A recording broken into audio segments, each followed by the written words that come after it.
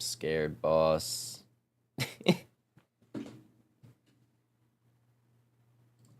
I'm scared.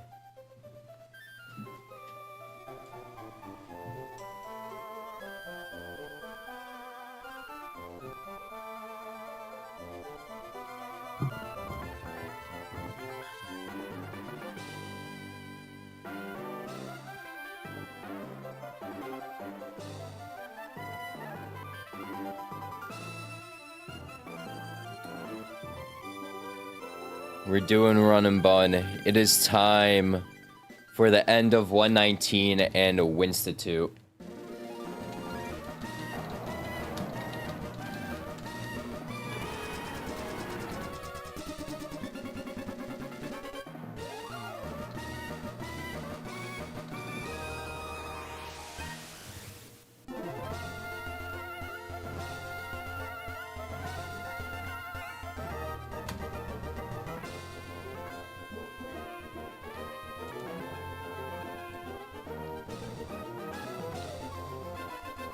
I am really scared. The lines I cooked up, I tried my best to make them as Terra-locked as possible. We might do some midstream cooking because when I was looking at the lines today, I did catch something that looked very, like, bad if it were to happen, so we might have to do a recook.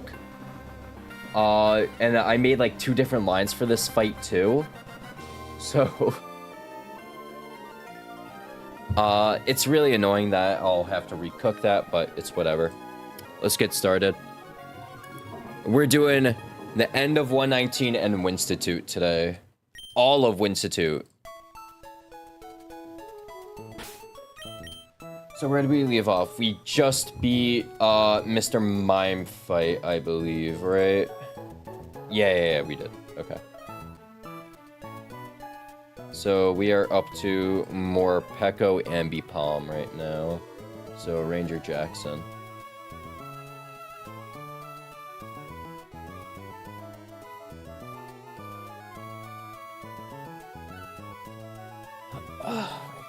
Okay. Let me pull up the line for this. White lines. Institute. This is Ranger Jackson. Okay.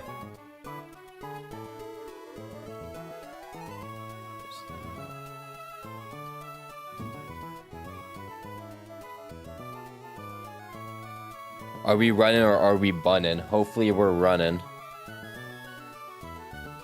Alright, notepad. Alright, there we go.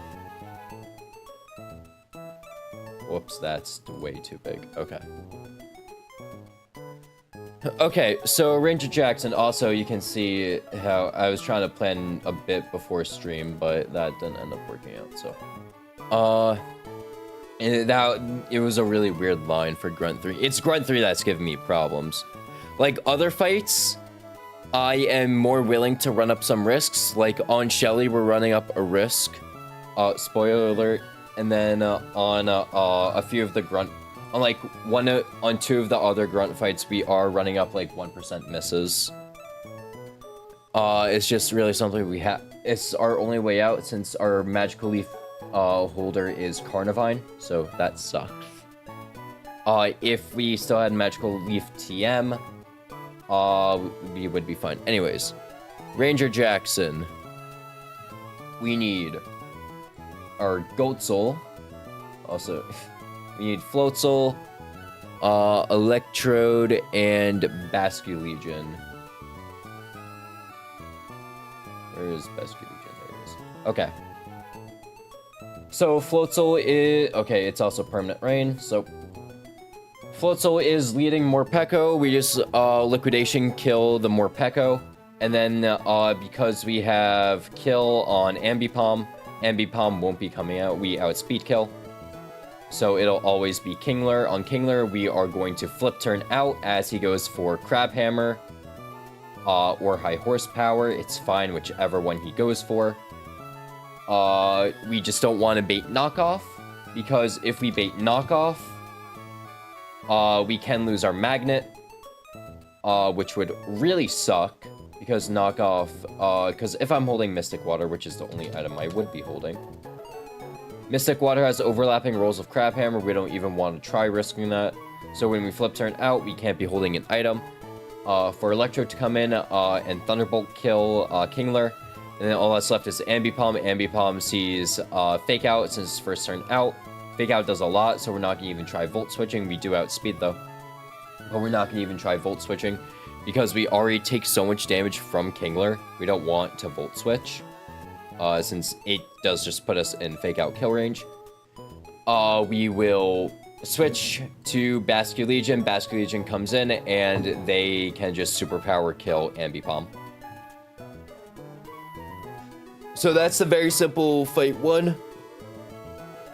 It's very easy, this first fight. And I think only this fight and the fight that comes after are easy. Alright, fight that comes after, we have to do pre-damage. This fight is stupidly easy for some reason. Scar, that fight's annoying, but workable. This fight's a bitch. Annoying. Annoying. We have to recook that. Easy, and then Shelly. Okay.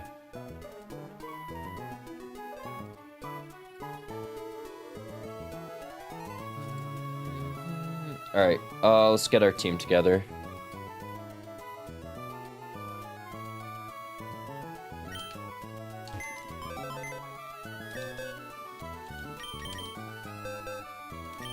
Legion.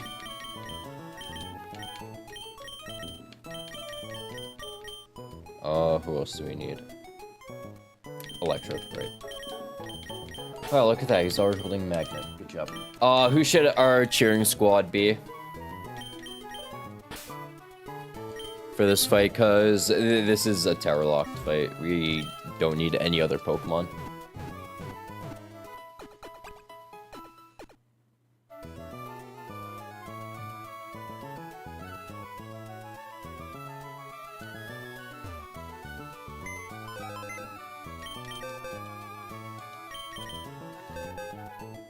We'll bring Empoleon.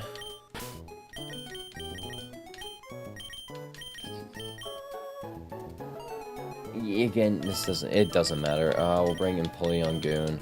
If we need to steer, we should probably bring the best possible options for us to steer. But we shouldn't be needing a steer. So we are itemless on Garp, Magnet on Captain Buggy. And then we go Citrus on Legion.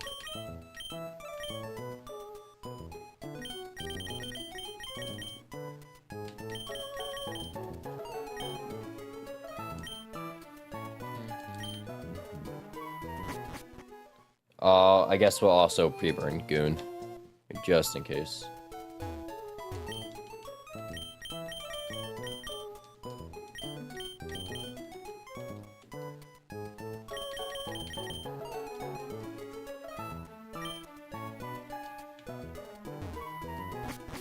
Alright.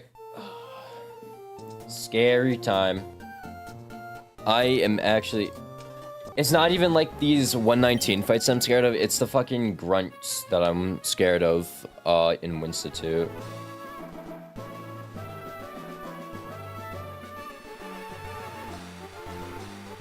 Because, like, these guys really aren't an issue with, like, the exception of another fight.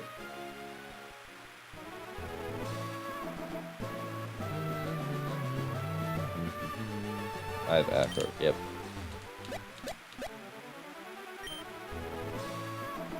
Ranger, he's wearing a green hat. We beat this person. This is Ranger Catherine, yeah.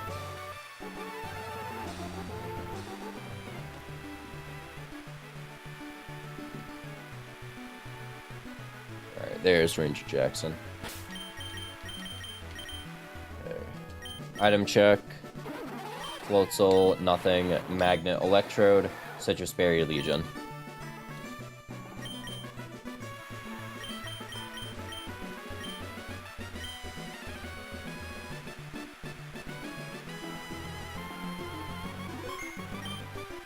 Alright, here we go. Fight number 1. This fight isn't gonna be hard at all. Floatzel just clean sweeps. Or clean kills.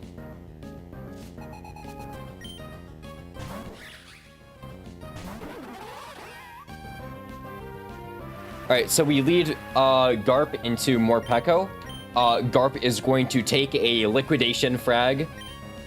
Because Stab, Rain Boosted Liquidation just kills Morpeko. Was I supposed to fake out there?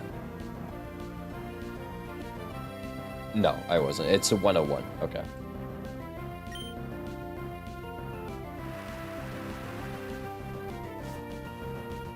And then Kingler comes in because he sees highest damage. Well, he doesn't actually see highest damage. Ambipom is just outsped killed by Floatzel, so Ambipom can't come in. So Kingler sees Crab Hammer or High Horsepower as its highest damaging move. On either one, we are going to flip turn out.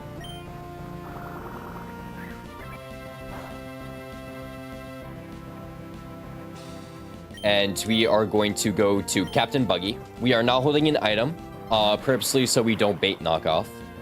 There's Crab Hammer. Big damage, by the way. We're living crit, so we're fine. And now we outspeed and kill with a Magnet Boosted Thunderbolt.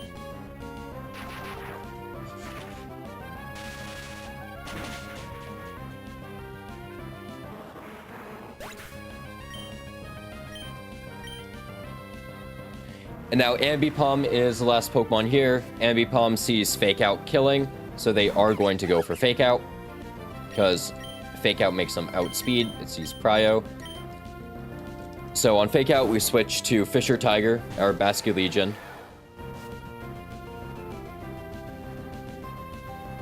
Eat the Fake Out, and then we just click Superpower. Covet does maximum 29%, so we don't have to worry about that.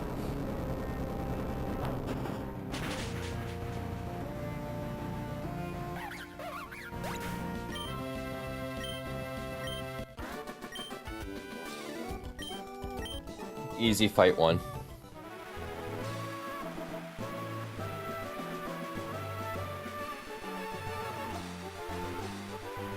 So who was that? I'll do frags after stream.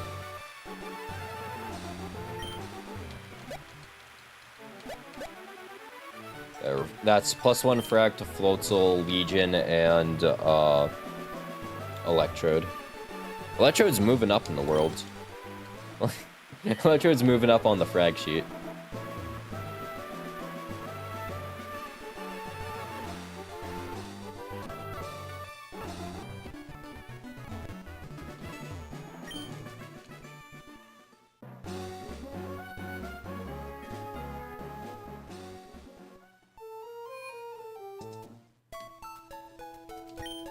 Alright, what do I need for the next fight? Next fight is who? Bugcatcher Ken. This is Togi lead, right?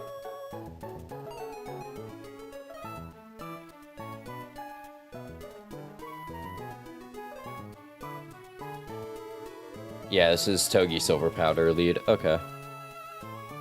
And we do need a pre-damage. Alright.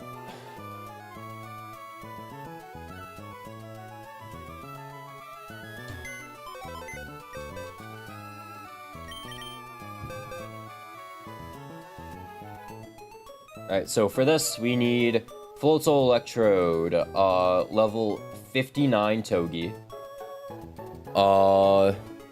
That's also not the right line. Yeah, there we go. Togi, Floatzel Electrode, Kingdra, Aggron, and Polion.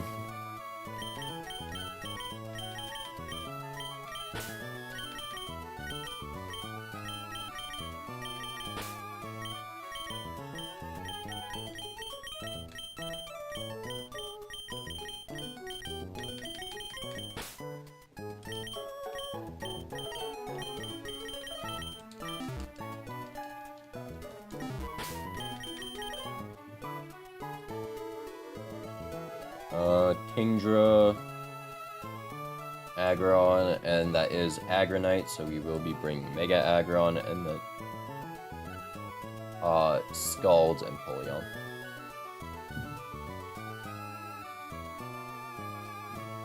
Alright, so we are Togi lead. We need Silver Powder on Togi.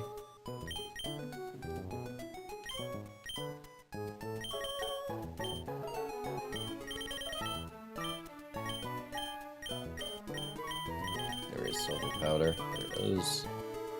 Silver Powder on Togi. I need Magnet on Electrode, Rostberry on Floatzel. Where are my Rost at? Sharpbeak on Kingdra.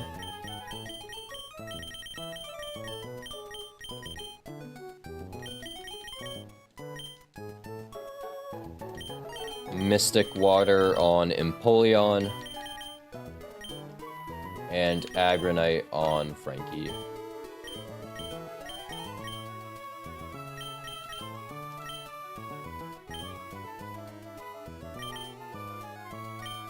Do you need to pre-damage Electrode to 114? I just gotta double check to make sure that is the right damage.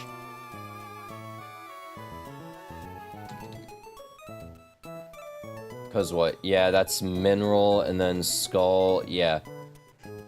Wait. 61, 6% of my HP is 10. 68. So what that does... 102 drops me to 12, which is higher than 6%. Does 10 damage as burn. Leaves me at 2 HP. Always makes me dead to Scald. And we are always dead to lowest rule Scald. Made sure of that. After, fucking...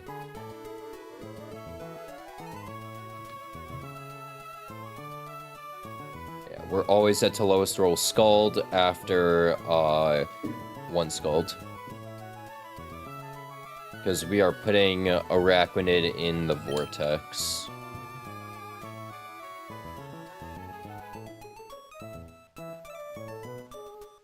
Right.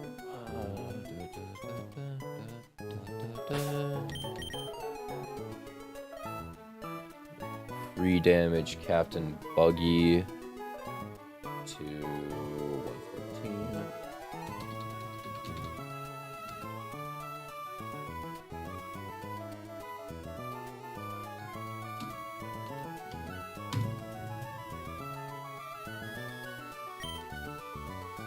And then we don't need any other pre-status, right?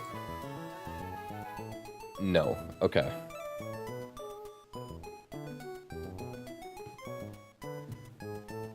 Do an item check.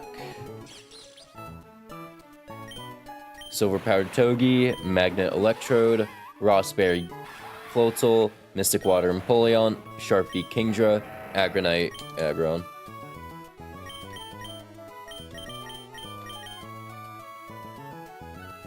And let me just make sure I do kill Beautifly with Fake Out Wild Charge. Okay.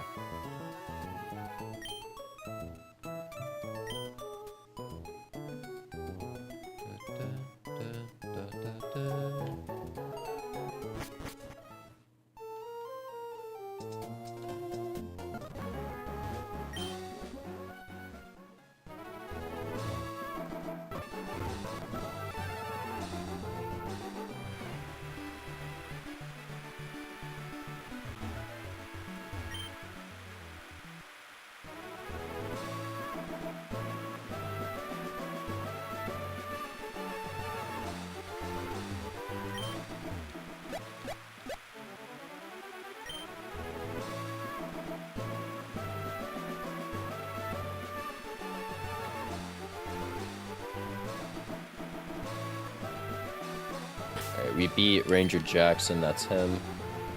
Next one is a bug catcher, which I have no clue where they are.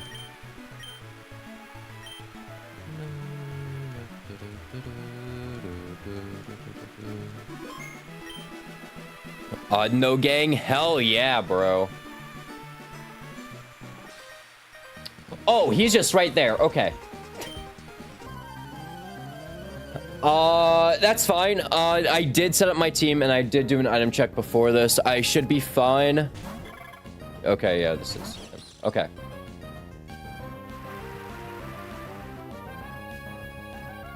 Oh, you're the delivery guy. Okay, I didn't notice your name. Okay. All right, let's do this. So, Togi is going to fake out Beautifly here. Because this is Sash Beautifly, we're gonna break Focus Sash. And now we broke Focus Sash, and now we are sending Wild Charge. Because we just outspeed kill this Beautifly.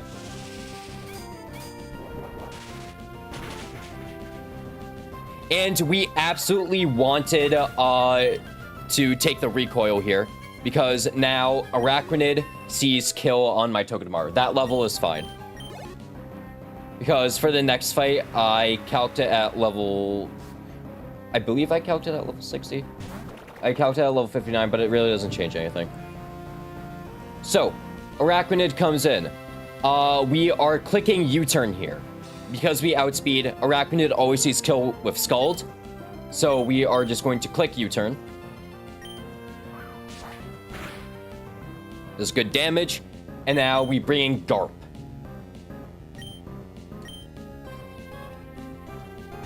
Who will be taking this Scald. And this Scald does minimum 50%.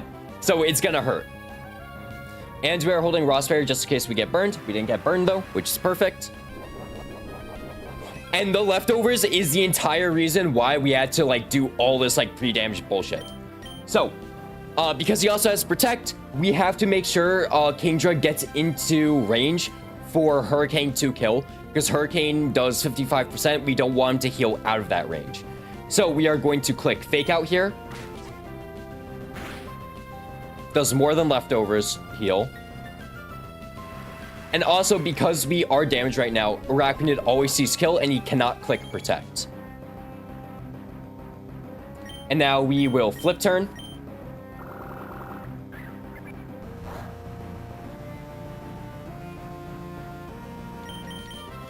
And we will bring in Captain Buggy, who's been pre-damaged to die to the next Scald.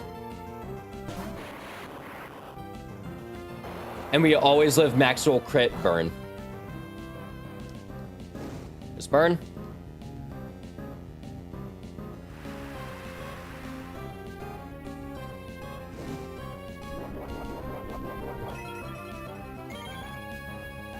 And even though we're burnt, because Arachnid sees kill, that overtakes Protect incentive. So we are free to Volt Switch here.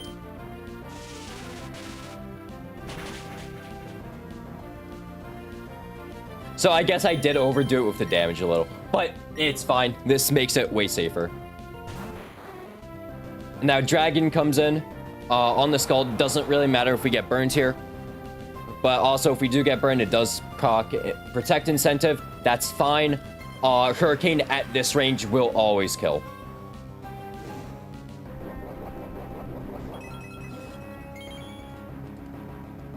No matter how many leftovers recoveries they get. Goes for Protect. That's fine.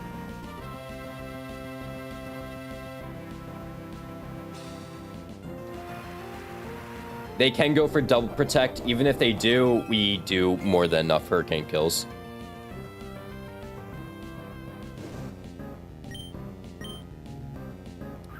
Alright, we kill.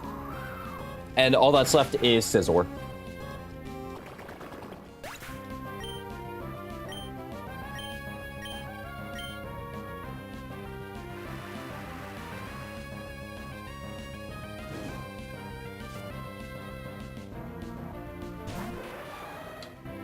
So Scizor sees dual Wing Beat doing highest damage. So on dual Wing Beat, we just swap to Frankie.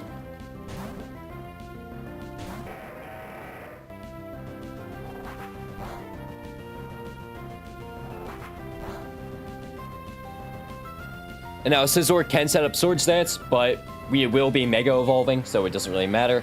Scizor's highest damaging move is Gem Boosted Bullet Punch right now. We will be Ankle Breaking and hitting a Body Press on him. So the Mega Evolution drops our Rock typing, and then he no longer see, it'll be rolls between Bullet Punch and what's it called, Dual Wing Beat. But also you did just set up Swords Dance, so it's fine. But that's fine, because we have range to 2-hit KO him, and I do think we do hit that range. And even if he got to like, I think he needs to get to like +6 to even start threatening 4-hit KOs on us. So let's watch his Bullet Punch bounce right off. This is +2 Bullet Punch, by the way. +2 Gem Boosted Bullet Punch. That did nothing. Aggron is so fucking broken.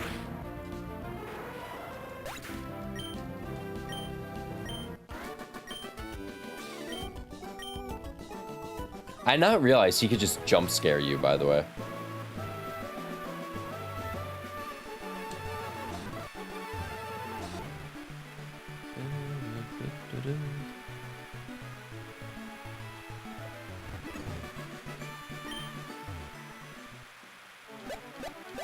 Alright, next fight is the double, I believe. The double boom double.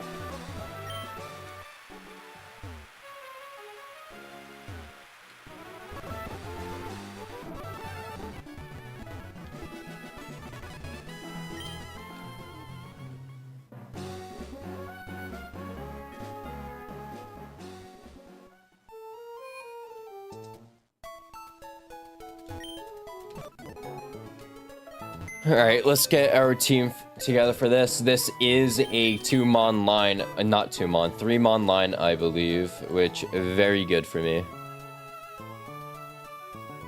What is it? Ninja Boy, Takashi, and Dayton, right? Yeah.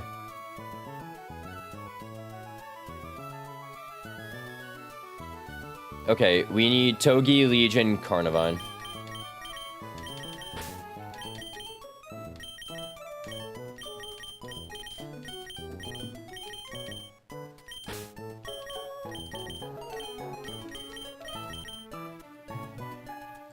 And let me just look this over. No pre-damage, pre-status. Fake out Oranguru. Legion liquidation to Oranguru. Togi takes the fake out because that is the only move that Shiftry can use, especially since it's first turn of a double battle. He will always use fake out.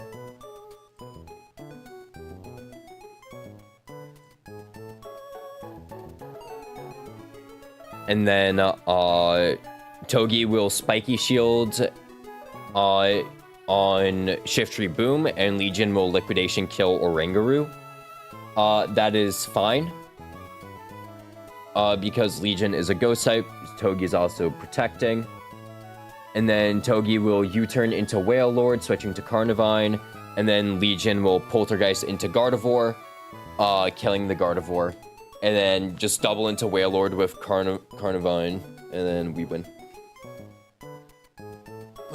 Okay. When Shiftry goes boom, how should I count that frag? Should I count that as a Togi frag or a Legion frag? Because both of them are not taking any damage and both of them are not killing.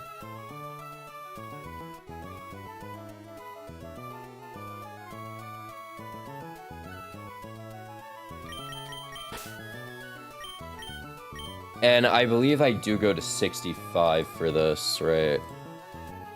Just in case there's some, like, weird AI quirk, right? And I do need 65 for the next fight, too, so.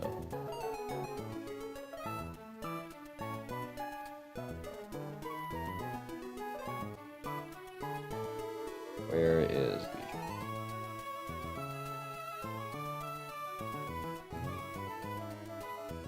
I mean, he's always taking Barb's chip, so it doesn't really matter. I could go.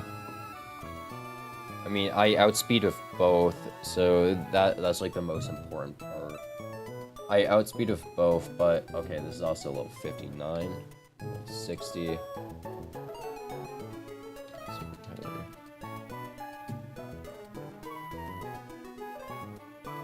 I'm also dead to explosion, always, no matter what, because I'm taking fake out.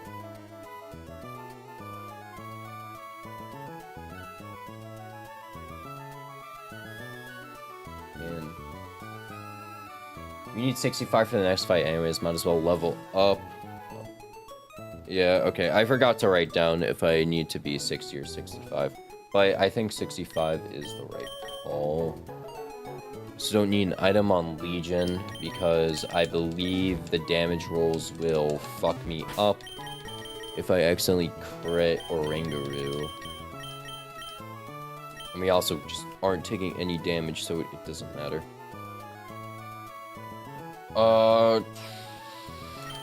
Backup will drop Aggron.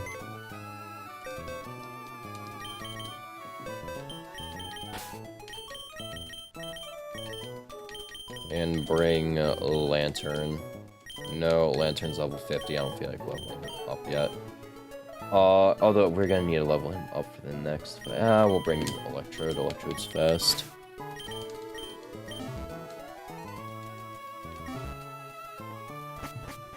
Alright, and let me check. No pre-damage to pre-status. Nope. Okay.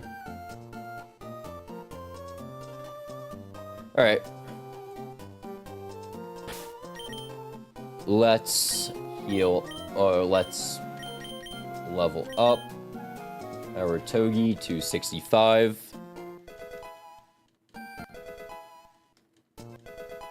We need a 65 Togi for this fight and future fights anyway, so this doesn't really matter.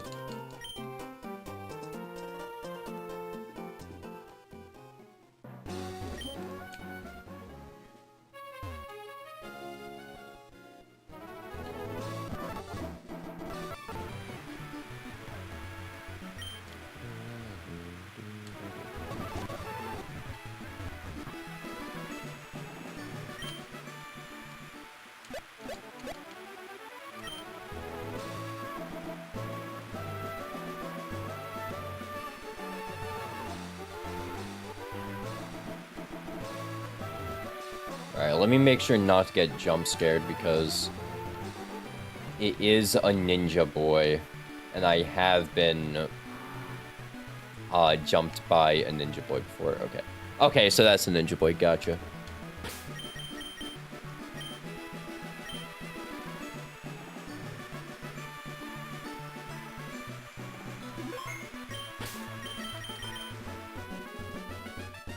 Alright, item check.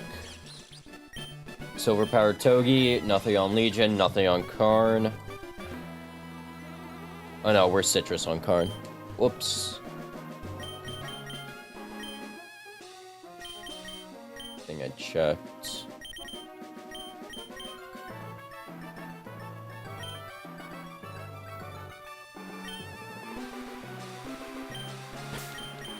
Alright, double boom.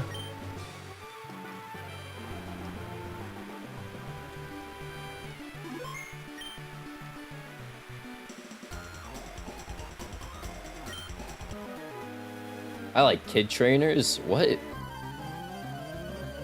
Y'all saw that, right?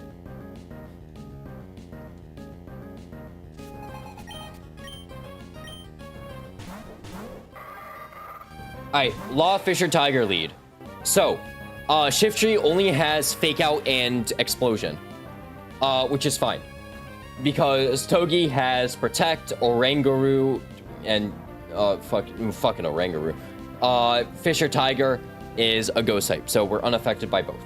He's early bird, Shiftry. So what Law is going to do, Law outspeeds Orangaroo. Shiftry also only sees Fake Out turn 1, and Shiftry's only valid Fake Out target is Togi. And Togi outspeeds because the Shiftry is min speed. Shiftry is going to Fake Out into Togi, but because I outspeed him, my Fake Out will still go off into Orangaroo, denying Trick Room. And then we will Liquidation into Orangaroo, because we need damage on Orangaroo. There's Fake Out. Shiftry is going to take a little bit of chip. And then Fisher Tiger Liquidation goes off. That's going to do big damage to Oranguru. And Trick Room does not go up. Very important. So now, Shiftry's only valid move is Explosion. Explosion, very scary. Good thing we have Spiky Shield. So Spiky Shield will deny the damage, and then also Legion is a Ghost type, so we won't have to worry about the damage. And then Legion will be killing Oranguru. So we are going to Spiky Shield and then Liquidation kill Oranguru.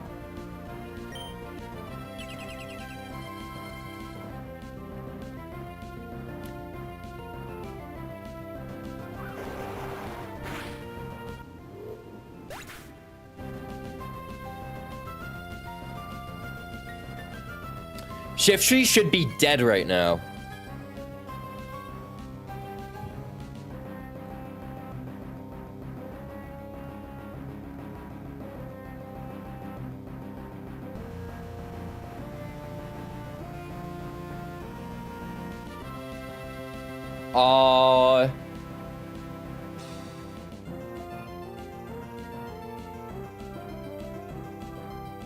Fake out should never be used. What the fuck?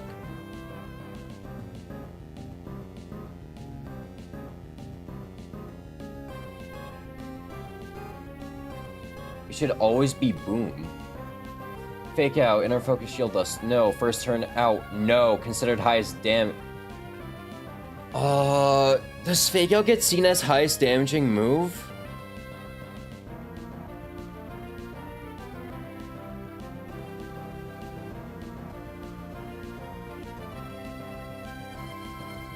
Even then, it's negative 42, 44.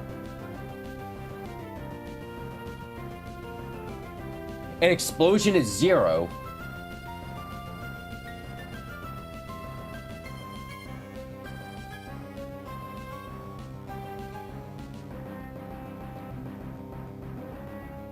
Is it because he sees Legion as the first attacking slot that doesn't work? But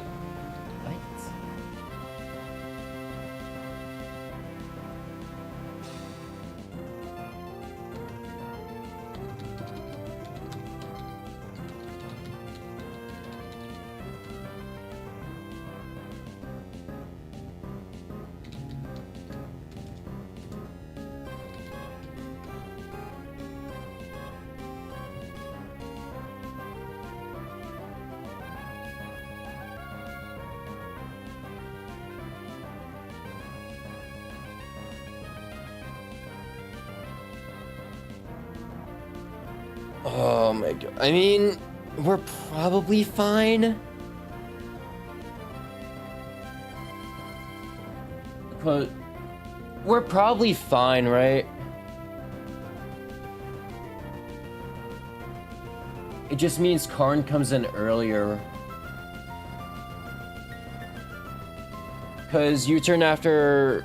Okay, yeah. We should be fine because I have U-turn, yeah. Silver Powder U-turn at level 65 is a guaranteed kill, even without Barb's chip, right?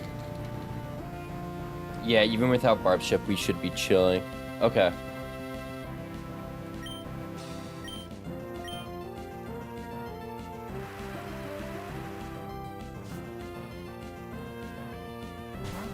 So Gardevoir comes in. Gardevoir? Fisher Tiger outs. Yes, yeah, okay, I'm fucking up my line. Togi was supposed to U-turn into Wailord. But I guess now he's U-turning into Shiftry.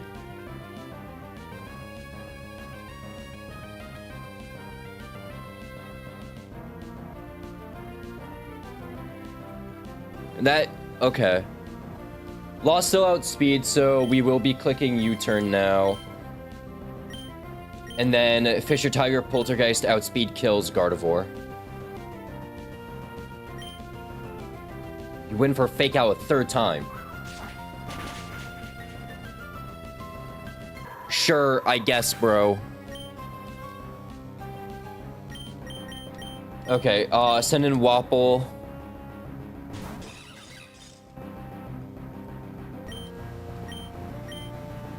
And Poltergeist hits Gardevoir and uses up their Fairy Gem.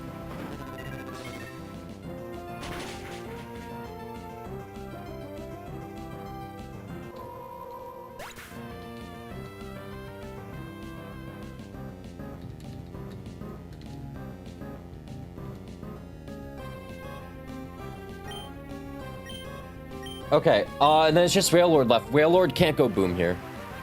I believe. I don't know how doubles boom AI works. But we should be fine, because we're just clicking Leaf Storm Poltergeist, because this is like the one Pokemon Carnivine outspeeds.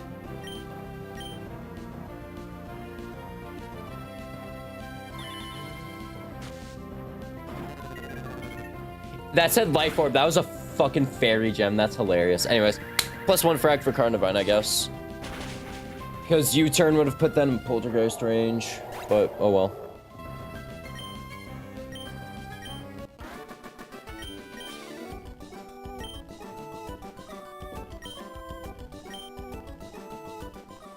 Okay, well, we beat that fight, so we should be chill.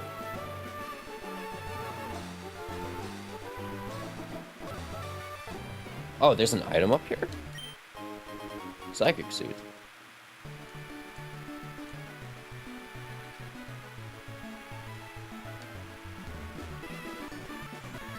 Let me actually mark that down that I got the Psychic Seed.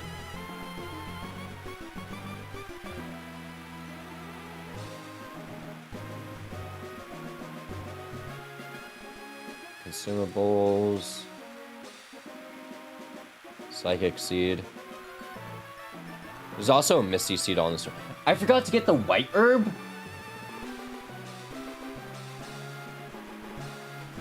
I need to go grab the White Herb. I don't need it, but I forgot that I could get it. Not realized you could just get it after Gym 3. That's insane.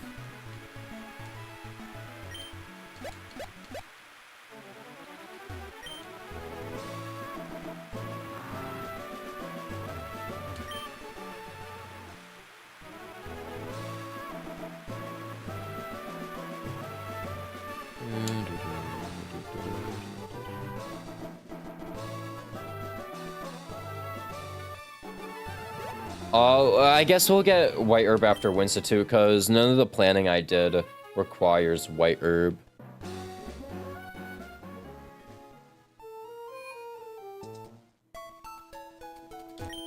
Because I didn't even know I could get White Herb at this point. Thought it was like after... I thought it was after Winstitute. So out of the way. Okay. Next fight. I can't wait to use this Talonflame. Okay, this next fight... Okay, so we have 65 Togi now. Let me re-export everything now.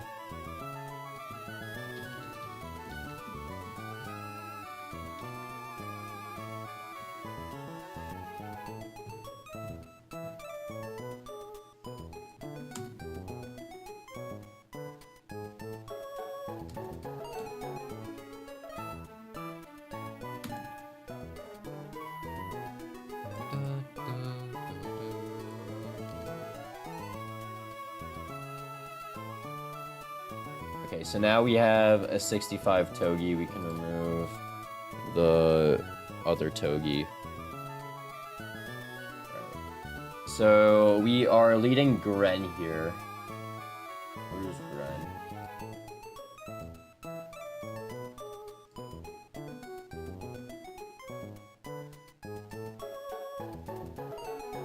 So we're doing Flings Rock Gren, which I need to go buy King's Rocks.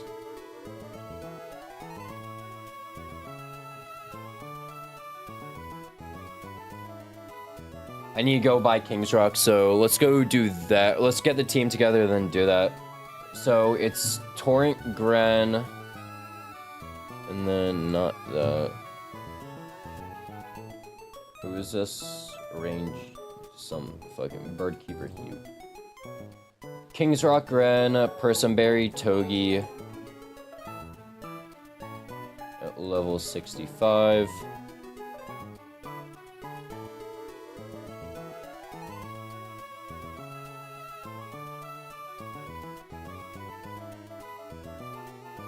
Magnet electrode.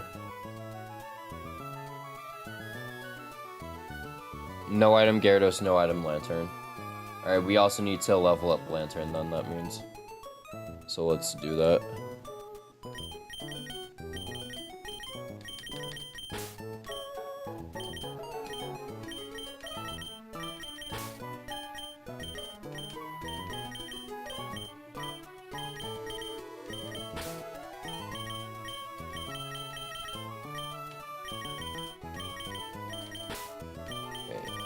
It's a 5-mon line, so.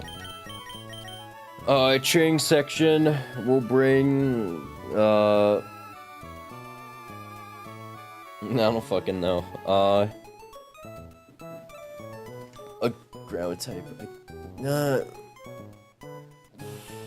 We don't need a cheering. Fuck it. Spring. Mammo, big Mammo.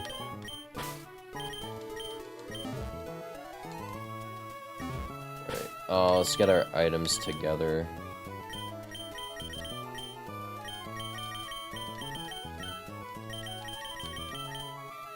You have Magnet already, I believe.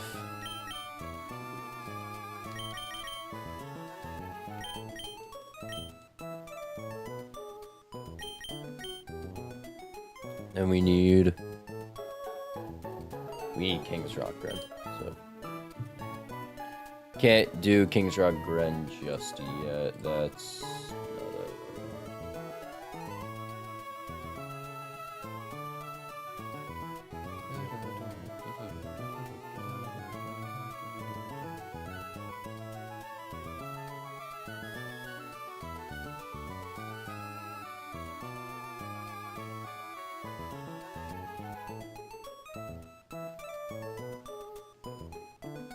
Okay.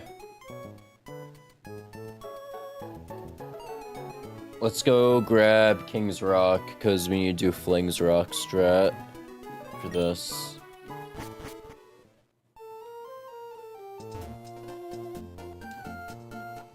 So we gotta get our ass all the way over to Fall Arbor.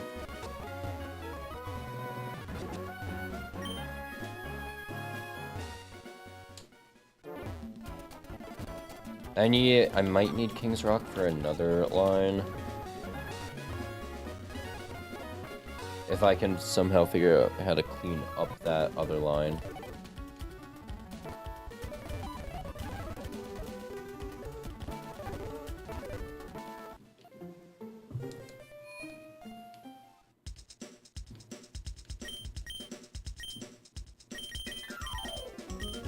King's Rock is 5,000? Oh my god.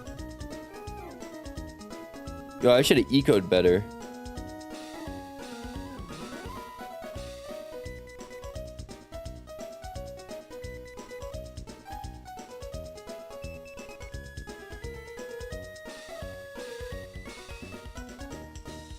Not realize how expensive this shit is. That's okay. We'll buy 5 for now, because right now we only need 1 right now, and then 2 potentially for, and then just another one for a potential line in Winstitute, which I have to clean up.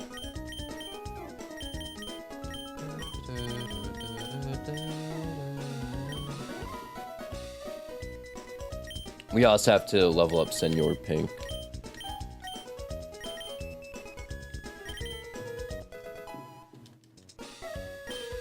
Oh look, we get Thunderbolt. Yeah, we just get rid of Heal Bell. Heal Bell is not really that good. Yo, what's up, Prestige? Right.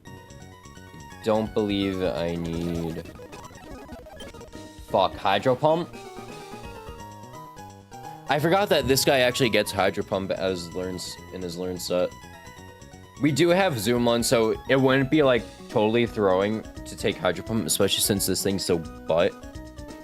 But I really need Surf for one of the other fights. I actually need Surf for this fight, so I can't do that. And I don't want to knock off to lose my zoom lens. But I haven't found any use for, like, discharge.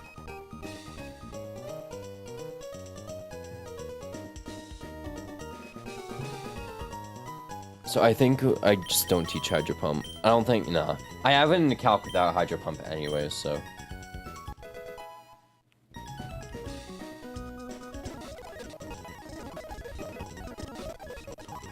Alright.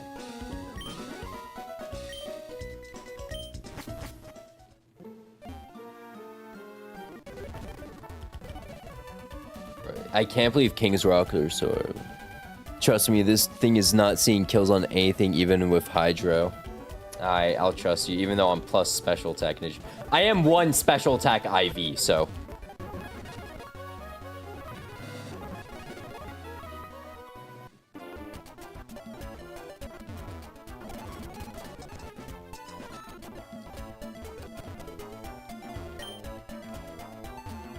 And also, I just have a better water damage dealer with Gren. So.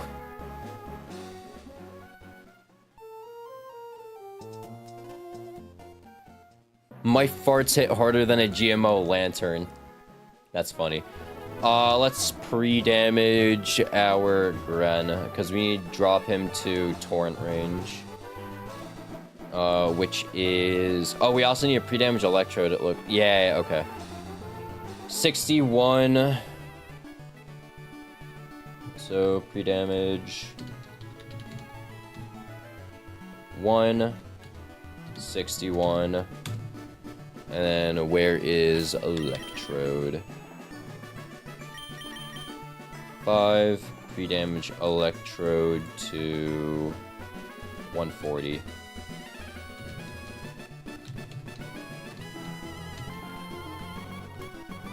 Don't need any pre-status. Also, first time using Fling's Rock, by the way. King's Rock, Person Berry, nothing, nothing. Magnet, none. Okay.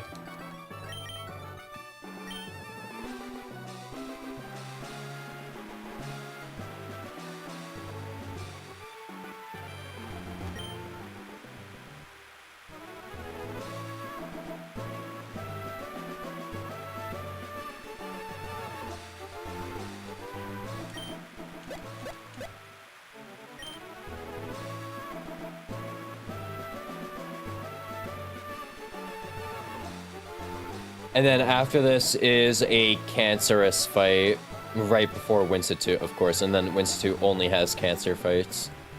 So it said there was a Psychic Seed somewhere nearby. It was like east of the stairs. Never eat Cyberboy. It's over there. Oh, there it is. Okay. Misty Seed. Okay.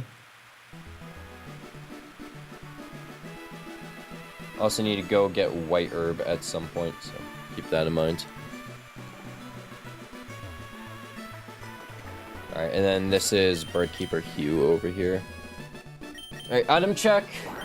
King's Rock, Person Berry, nothing, nothing. Magnet, nothing. Mamoswine isn't doing anything in this fight.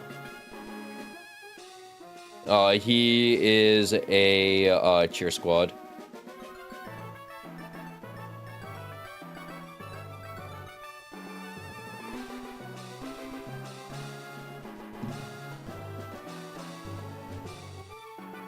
Okay, let's do this.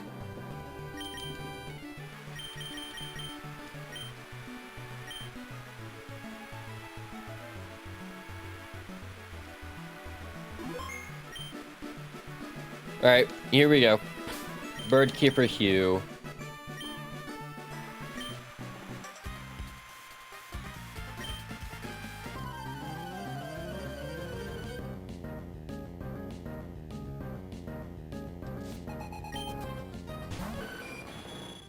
So he leads Skarm, who has Spike Stealth Rocks as setup, and he's sturdy with Custap Berry. So he is really annoying.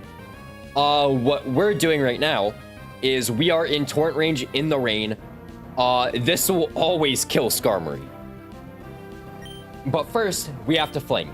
So what fling does, it uses the hold item you have and it just chucks it at the Pokemon. Based on what item it has different effects. Like for example, light ball. If you fling a light ball at a Pokemon, that will always paralyze. With King's Rock will always flinch a Pokemon. So we are going to fling to break sturdy.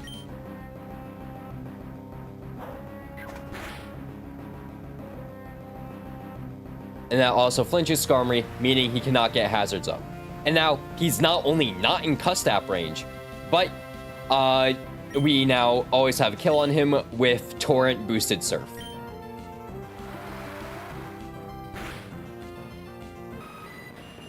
W Brook right here. Alright, now we should be seeing Mantine coming in. Yeah, okay. Mantine sees random move, Hurricane or Hidden Power Grass. So on either one of those, we're going to swap to Law. Who can take both. There's Hurricane. We are holding Person Berry just in case we get not paralyzed, confused. Did crit, which is a little scary. No confusion, +1 Person. So now we fake out. And that confirms that Electrode can now kill Mantine. Speaking of Electrode, Togedemaru is always baiting Scald and never Hidden Power Grass or Hurricane.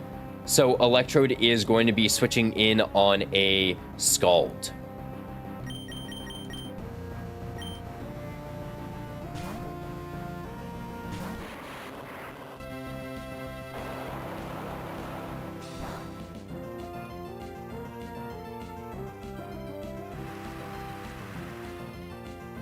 And now at 91 HP, we always bait after we kill Mantine, which we do outspeed, thankfully. We always bait a kill from Flapple. So we are going to Thunderbolt here. We outspeed kill. W, 27 speed Electrode.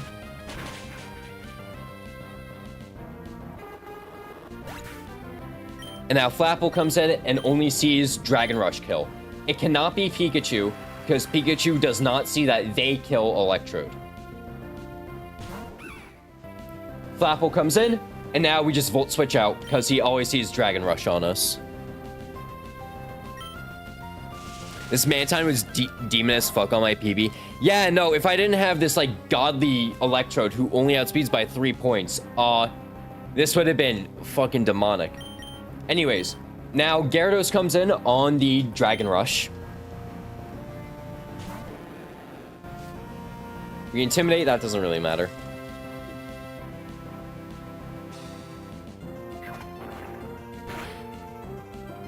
Take the Dragon Rush, and now we outspeed, and we kill with Ice Fang.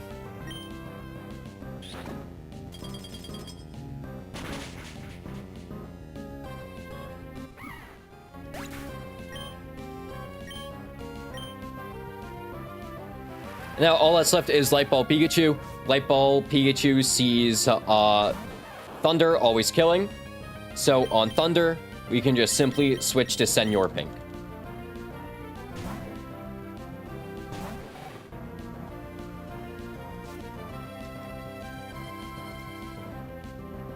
Mantine's first fight, and not Mantine's first fight. Lantern's first fight. And then Surf is a guaranteed kill. It's got a knockoff that does nothing. We're also not holding an item. Perfect. Huge crit by Mantine. It was a guaranteed kill.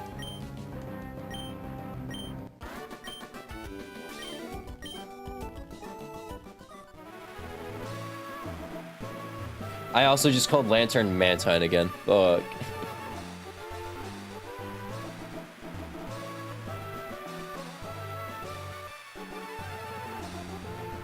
Okay, next fight is kind of a demon fight for me. Because holy fuck, that Rotom.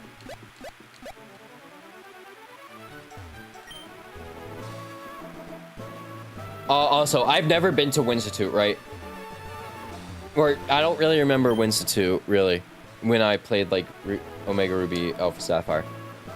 Is there a PC in Winstitute? Or did they add like a PC in Winstitute?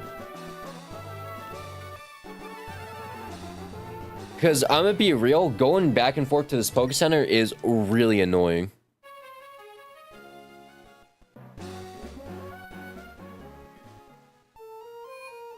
There is a PC. Okay. All right, so I don't have to go back and forth to this Poke Center. Thank fuck. And bed. Okay. All right. Let's get our team for Parasol Lady Coco.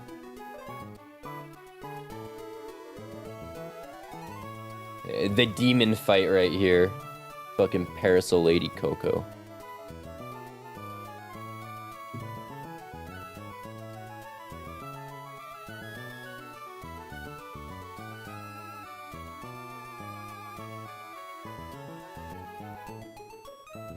And then after this, we start our Winstitute arc.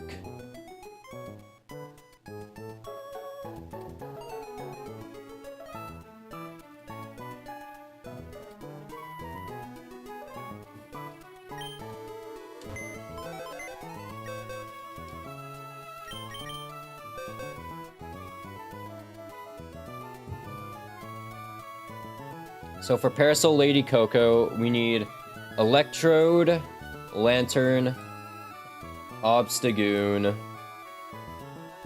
Where is Obstagoon? Kingdra, and Gyarados, and Big Mammo. Where is Big? Yo, I swear, every time I boot up this calc, it like deletes a fucking Pokemon. Oh no, Mammo's right there. Okay. Okay, so this is what we need for this.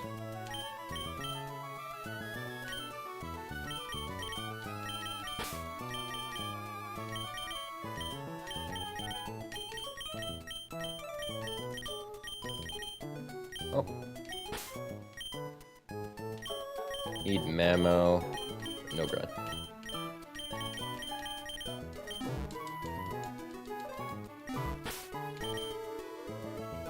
We need Silk Scarf on Obstagoon.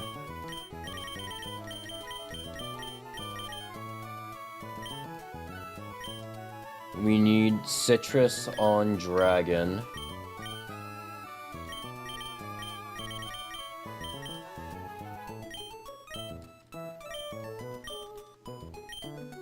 Citrus on Gyarados.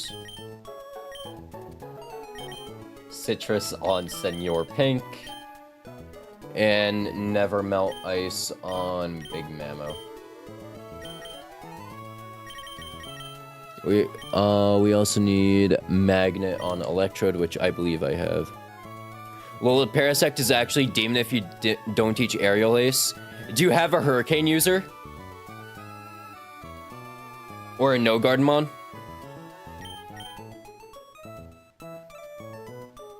Because remember, Hurricane, that's permanent rain, that fight, so Hurricane doesn't check accuracy.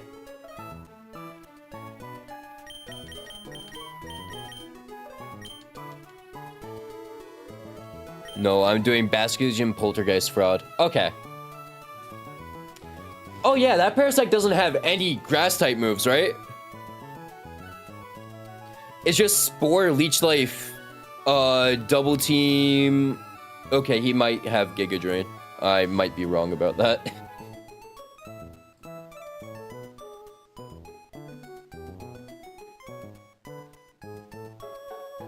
If that doesn't work, then Toxic with Roserade. No Grass type. Okay, wow. So I was right on that. Let's go. Alright, we need to do pre-damage. Pre-damage, pre-status.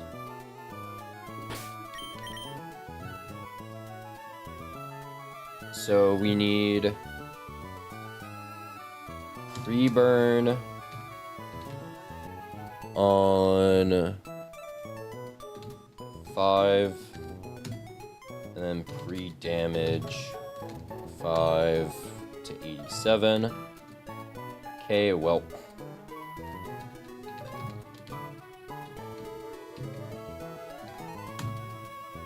And then Gyarados, who is slot 3 to 188.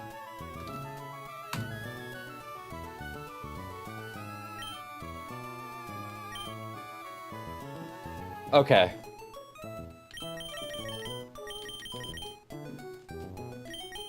Item check. Magnet, Silk Scarf, Citrus Berry, Citrus Berry, Citrus Berry, Never Melt Ice.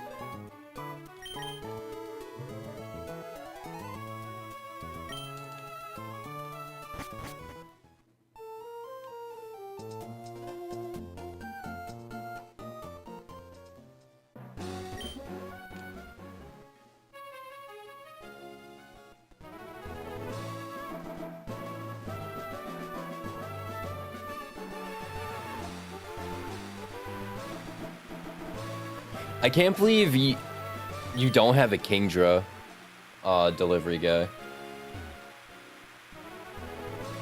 It's like Kingdra seems like such a universal Pokemon in this game. Like everyone has one.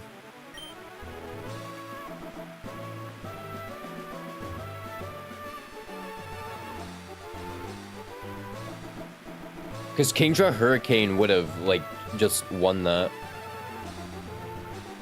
I skipped Hurricane. Okay, yeah, that'll do it.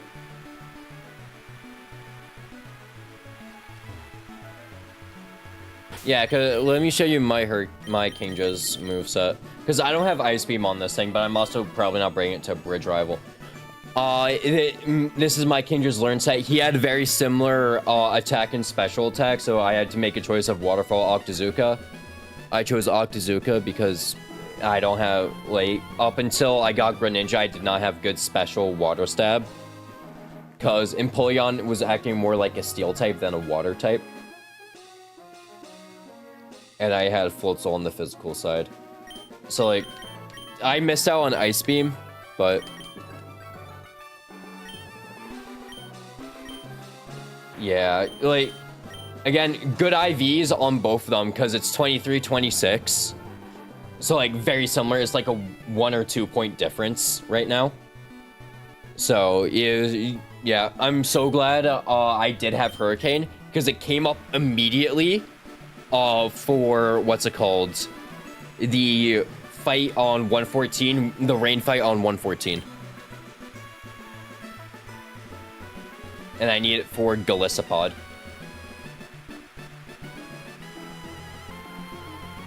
I need both moves for my Honchkrow sweep on Maxi line, though. Cope. Really?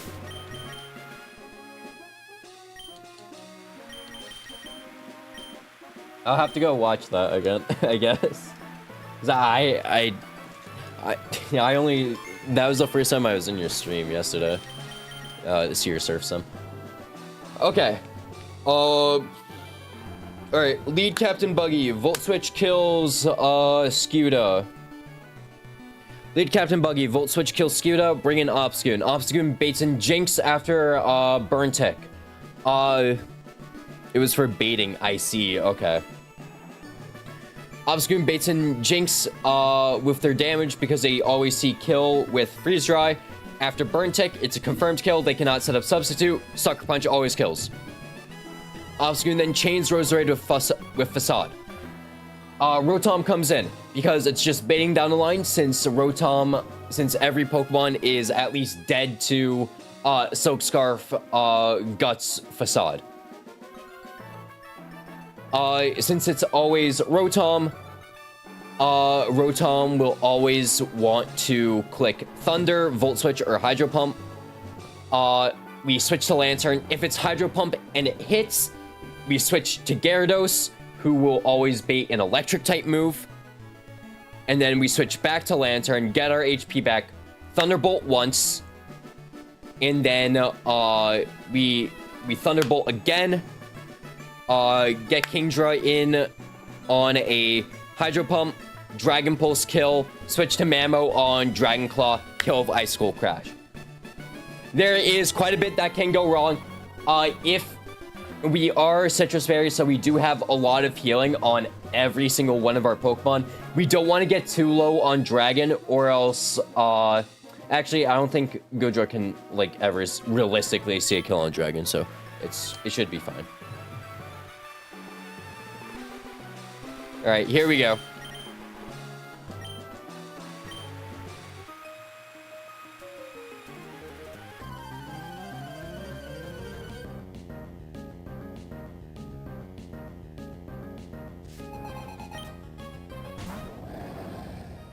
They lead Scuda, we lead Electrode. So Electrode would not have a kill on Bearscuda if he wasn't holding Magnet. So we are going to Volt Switch here. Clicks Liquidation. So effectively, Captain Buggy cannot be used for the rest of the fight. That's basically all that means.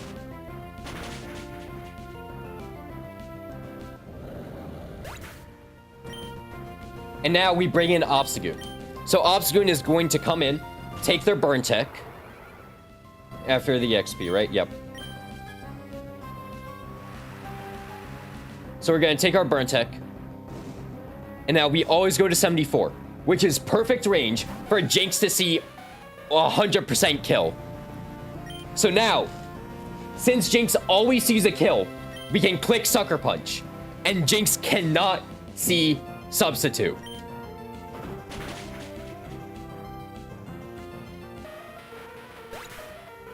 And now Roserade comes in. And this goon is plus speed nature. So Roserade, we just bait down the line now. So Roserade cannot outspeed kill me. I outspeed Roserade. So Facade will outspeed kill Roserade. 2 frags. And now Rotom will always come in because, again, we're baiting down the line. It's always going to be Rotom into Goodra. Or Rotom into Obstagoon, sorry. So now Rotom sees, I believe he actually does see Volt Switch here. Let me just check that. Am I at 48 HP? Yes, so he sees Random Move here. Random Move, not Will-O-Wisp. So it is a 66% chance for it to be Thunder Volt Switch. If it is Thunder Volt Switch, this fight is basically riskless. If it's Hydro Pump and it hits, we're gonna have to do some switching. So, on Thunder Volt Switch Hydro Pump, we switch in Senor Pink.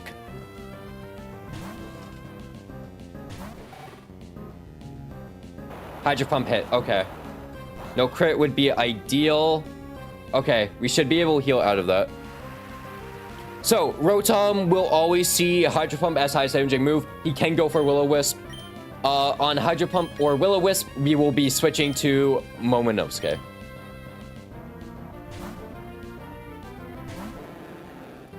Because we are Volt Absorb, he can never click Thunder Volt Switch. Will-O-Wisp, that's fine. That does mean we can potentially take a Will-O-Wisp on Lantern, which is fine.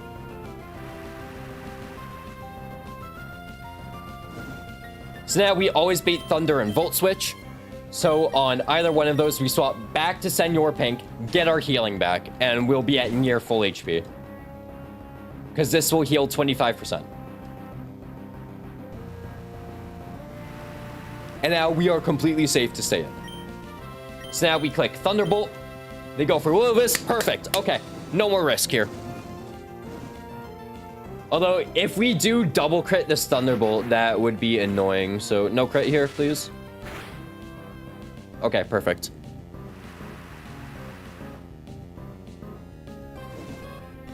Alright, and then this is always Hydro Pump. We click Thunderbolt again. That was a crit. Holy fuck. Actually, no, that was probably just high roll, right? Yeah, okay.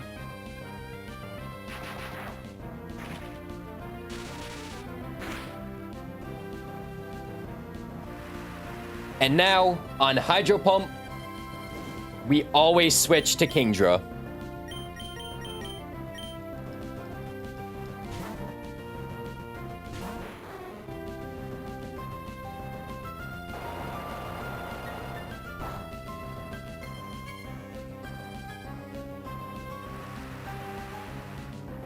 And now Kingdra will simply click Dragon Pulse, and that kills Rotom. All that's left is Goodra. So Goodra will always see Dragon Claw killing.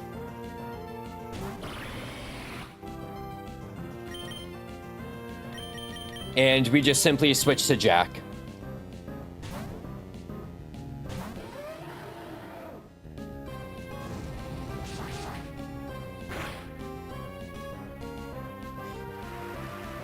And now Mamoswine rips an Icicle Crash. This is a confirmed kill. Whew.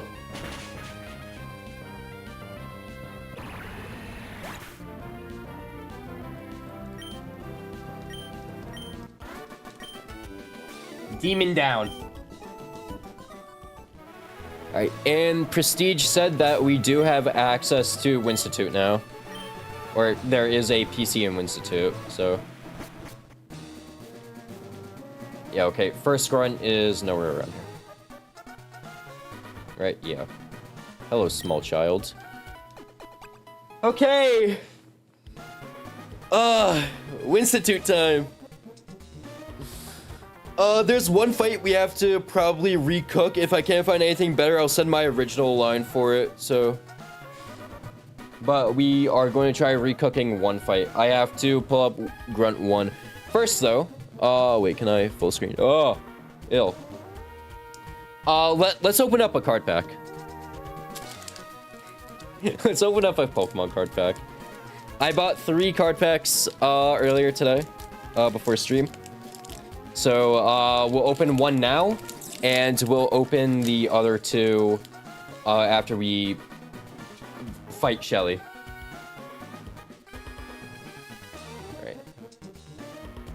Golbat, Esper, Frogadier, Weedle, Deoxys Speed, Aangfloet, Ninetales, Reverse Hollow, AZ's Tranquility. Oh, shit! Woo! And Delphox Hollow. But oh my god, that's such a cool Crobat. It's actually such a cool Crobat. What the fuck? Yo. I get to add a new card to my Nat Dex, bro. I get to replace something. Let's go. Hold on.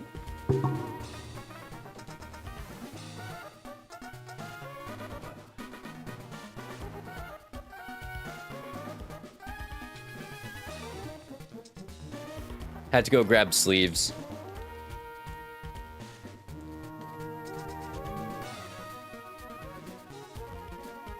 Anyways, here it is. Sleeved. Alright. Yo. Ooh, that's actually such a cool Crobat. Oh my god. Alright. It's time for us to send fight 1. So, none of these fights are Terra-locked. With the exception of Grunt 4 and 5. None of these fights are Terra-locked. Because these Grunts have some bullshit going for them. So let's get our team together. We actually do need Electrode for this fight. I just ripped 2 tins today and hit the Xerneas and Claydol art rares from 4 packs. Yo, that's sick. I have the Claydol illustration rare. I have a giant ass binder. Hold on. Cause I'm doing a Nat Dex of every Pokemon. So like I just have this massive ass binder. And I've just been putting hits in here. Not all the cards in there are illustration rares, but a good chunk of them are. The Claydol illustration rare is one of the ones that I have in there.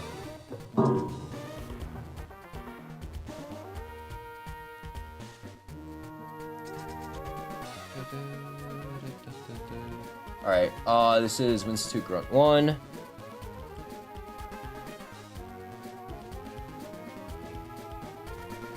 Have you seen a few people doing that? Hella cool. Yeah, I'm trying to make a video on it. Okay, let's see. Institute. Front one. The new 30th anniversary Espeon and Umbreon are about to ruin the hobby. Oh, so fucking true. And like, oh, fucking Pikachu's in the set. Wow. The 30 fucking Pikachu's in the set, bro. Yeah, it's about to become like no one can afford it. I'm honestly glad that no one really wants Chaos Rising. Cause like I was able to go to my card store and get it for like $7 a pack. It's like that's not really like a bad price either.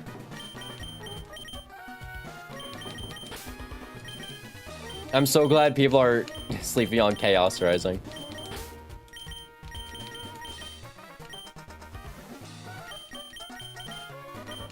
Where's Legion? There he is. I honestly don't get the hype around fucking Umbreon. Finding anything on shelves is a blessing. True. I honestly don't get the hype around Umbreon. Like, oh, it's alright. It's not like there's cooler evolutions, bro.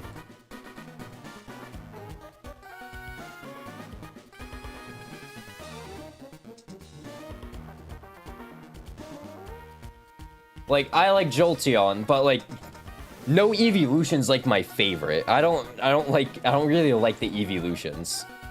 I'm not gonna lie. Not sure if that's like a hot take at all.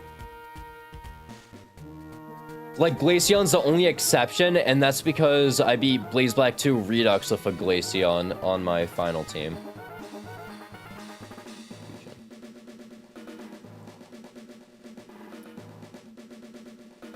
I'm between Umbreon and Leafeon, but Umbreon is way overglazed. True. Also, yeah, for Blaze Black 2 Redux, I was looking at Leafeon before I settled on Glaceon.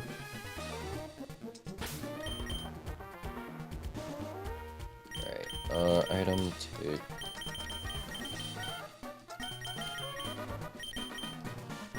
We are not running Mega Aggron for this, so...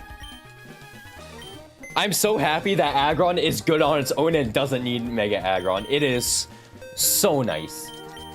Also, I forgot to bag all these items, so let's do that real quick.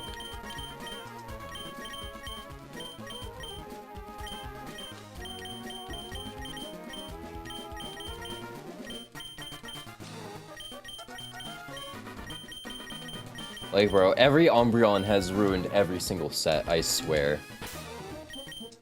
Maybe not every single set, but I'm just not a fan of Umbreon. Okay, we need Wide Lens on Electrode, because we are running up a 1%. We need Zoom Lens on Gara. We need Citrus Berry on Frankie.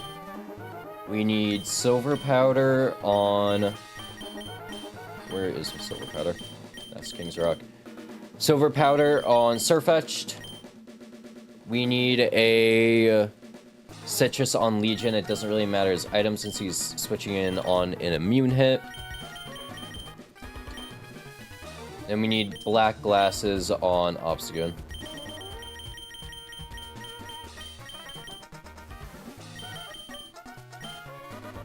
Okay.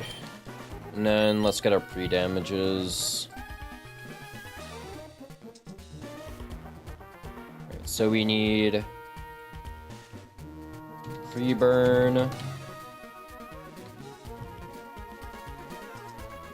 on Obstagoon. We need pre-damage on Electrode.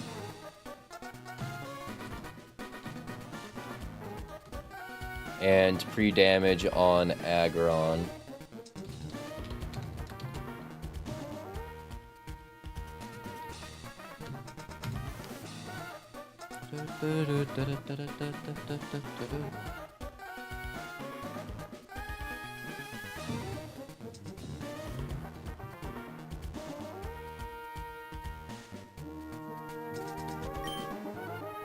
Yeah, and then why am I like free status done? Fucking Legion. Oh no, I'm not supposed to be status on Legion, right? Oh no, I am supposed to be status, is it? Oh, cause fucking Malamar has, right, okay. Malamar has hypnosis, so I am actually supposed to be free status. Okay.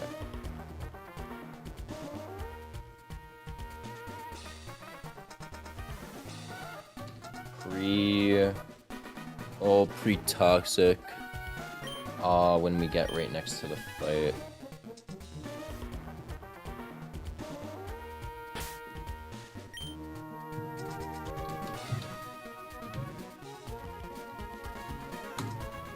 Okay.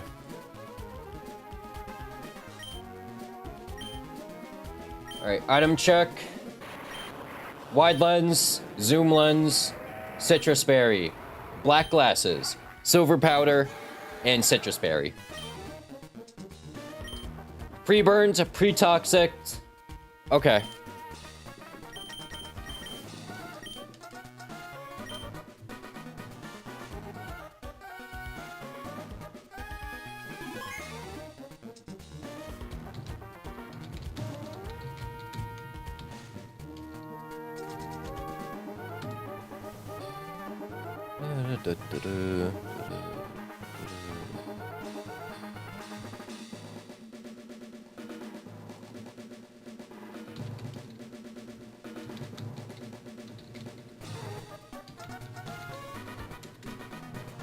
Alright, let's do this. We gotta run up a 1% chance turn 1, so that'll be fun.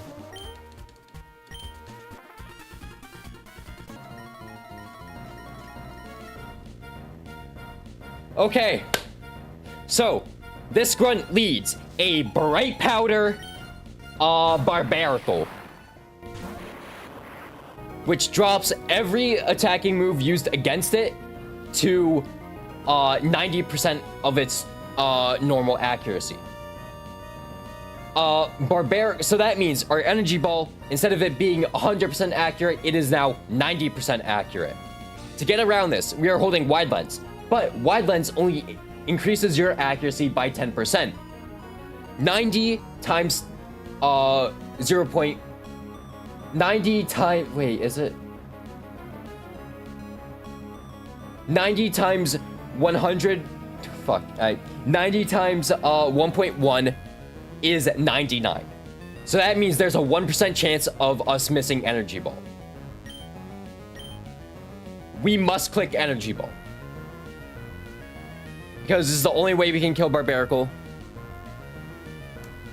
And our Carnivine, who has Magical Leaf, cannot kill this guy. He's dead to Aerial Ace, and he lets Hazards get up. Yes! Okay, we hit it. We hit it. Okay. Okay!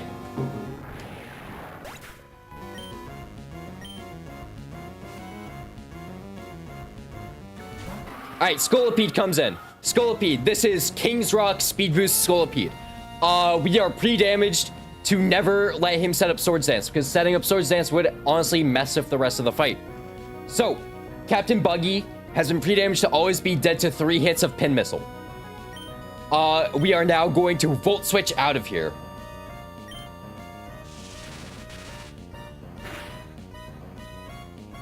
And now we bring in Aggron. This is not Mega Aggron. Because we want to be able to keep our resistance to Pin Missile, but also make it so we're neutral to Smart Strike. So this thing is King's Rock, so it can potentially just flinch us to death. But we have to hedge our odds. So what we're going to do, we are simply just going to click Rock Slide. We are guaranteed to take another hit here.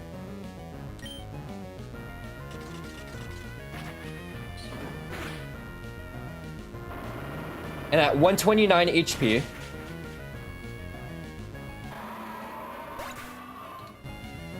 we always... Okay, we didn't get flinched, first of all. Great. And we killed with Rock Slide. And at 129 HP, Breloom always sees a fast kill with Mach Punch.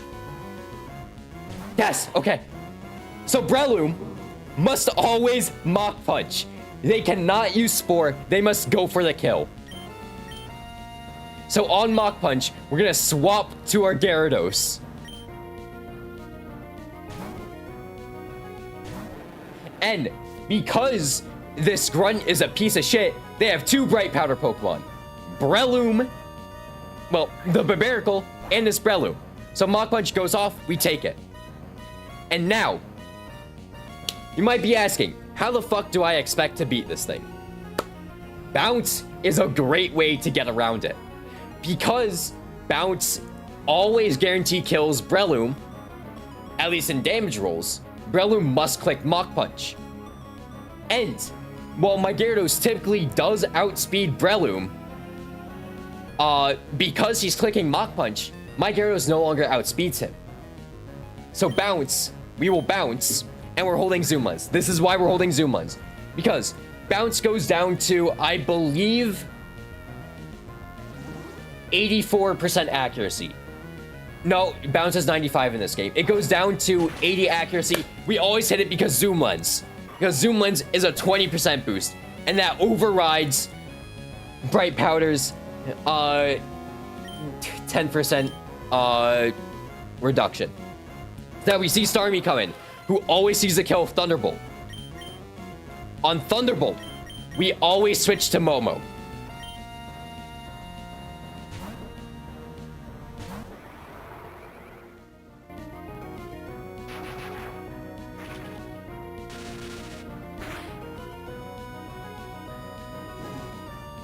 And that was analytic boost damage too, by the way. So now, with Guts, Black Glasses, Sucker Punch is a guaranteed kill. And we don't have to worry about any bullshit of us getting hit by a Surf.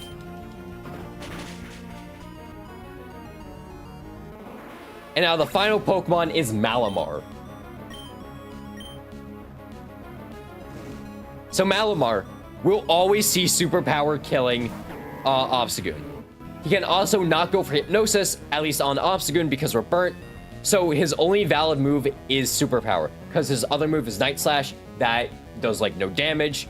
His other move is Psycho Cut, that literally does no damage. So on Superpower, we swap to Fisher Tiger.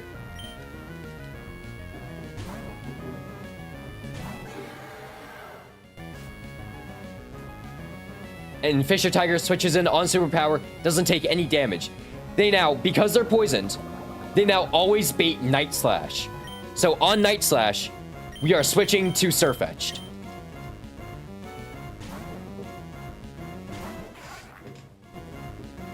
And the whole problem with this Malamar is that it's a Quick Claw Malamar. So the best way of getting around this is First Impression. And Surf-Etched with First Impression is a guaranteed KO.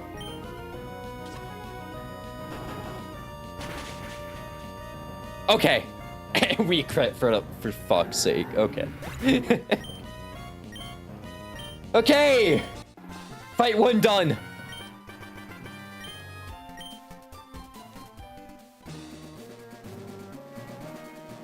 Alright, let's pull up the next line. Grunt 2. We have to recook Grunt 3. Oh my god, we're using Audino.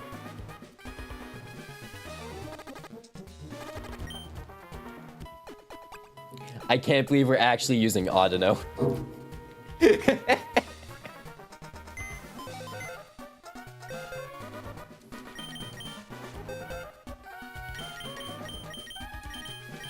Also, delivery guy, this is the one fight that I told you that Audino is coming to.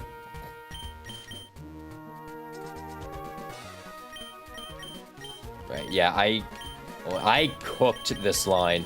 I tried to hedge my odds as best as possible on this fight. I have Riskless Audino double on that fight as well, by the way. Moldbreaker Legion just frags 5 raw in that fight. Let's fucking go. Like, my plan needed Trick Room to go up to kill the Mimikyu, but because your Legion actually has speed, you probably just naturally outspeed that Mimikyu, right?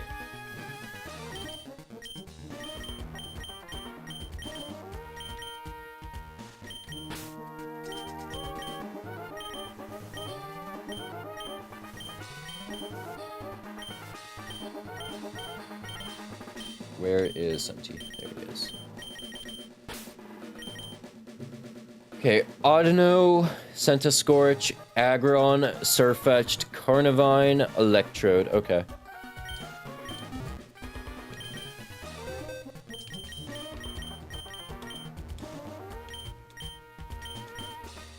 I'm just baiting fast kills and Legion sweeping W.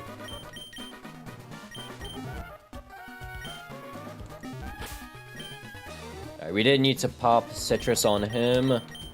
So we're +1 Citrus, and you need to remove Silver Powder. We also need to level up Audino. By the way, okay, we get Moonblast Switch. We need the strat I'm doing for this fight. I do not recommend. Do not try copying this strat. If you want to run up Audino for this fight, don't. It's a bad call. Shout out Free Paralyzed Tornado, barely underspeeding Trapinch and switching out with Shed Shell. W. Yeah, no, I literally just had a fucking slow as shit Togi, but that doesn't even underspeed Trapinch, so that doesn't matter. But U-turn Togi was the fucking GOAT for that fight. He came in twice to take hits. Or he was my lead, and he stopped Trick Room turn 1.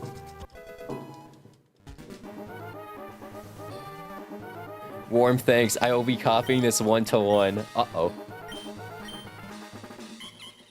But you don't have Carnivine, so you can't do it anymore. GG.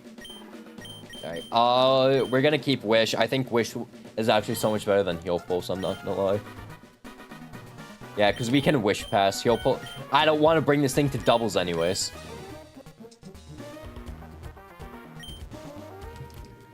Fucking Audino, man. We need Hyper Voice for this fight, so... Last resort? Fuck no.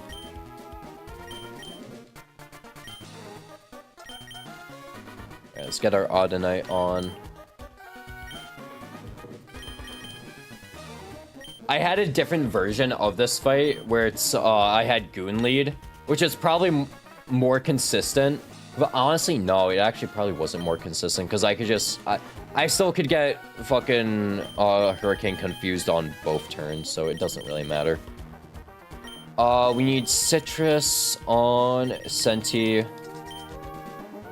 Citrus on Wapple. Wapple's literally just here as a just in case, by the way. It's like it's like a best case scenario type mon for us right now. What else? I need Muscle Band on Surfetched.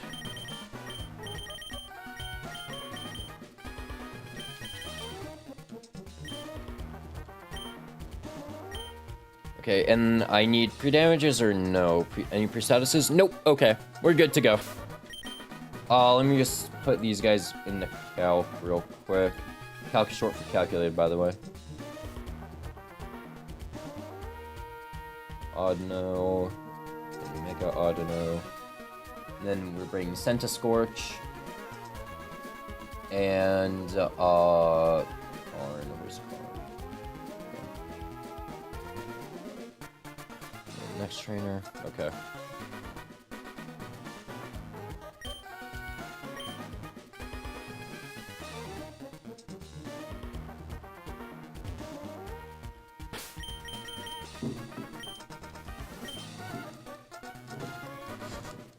Alright. We're running up another 1% probably on this fight, by the way. Just a heads up.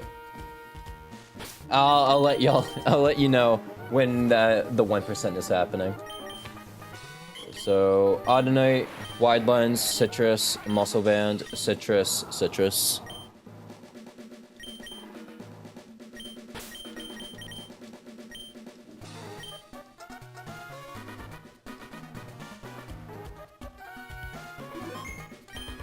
Alright. Here we go.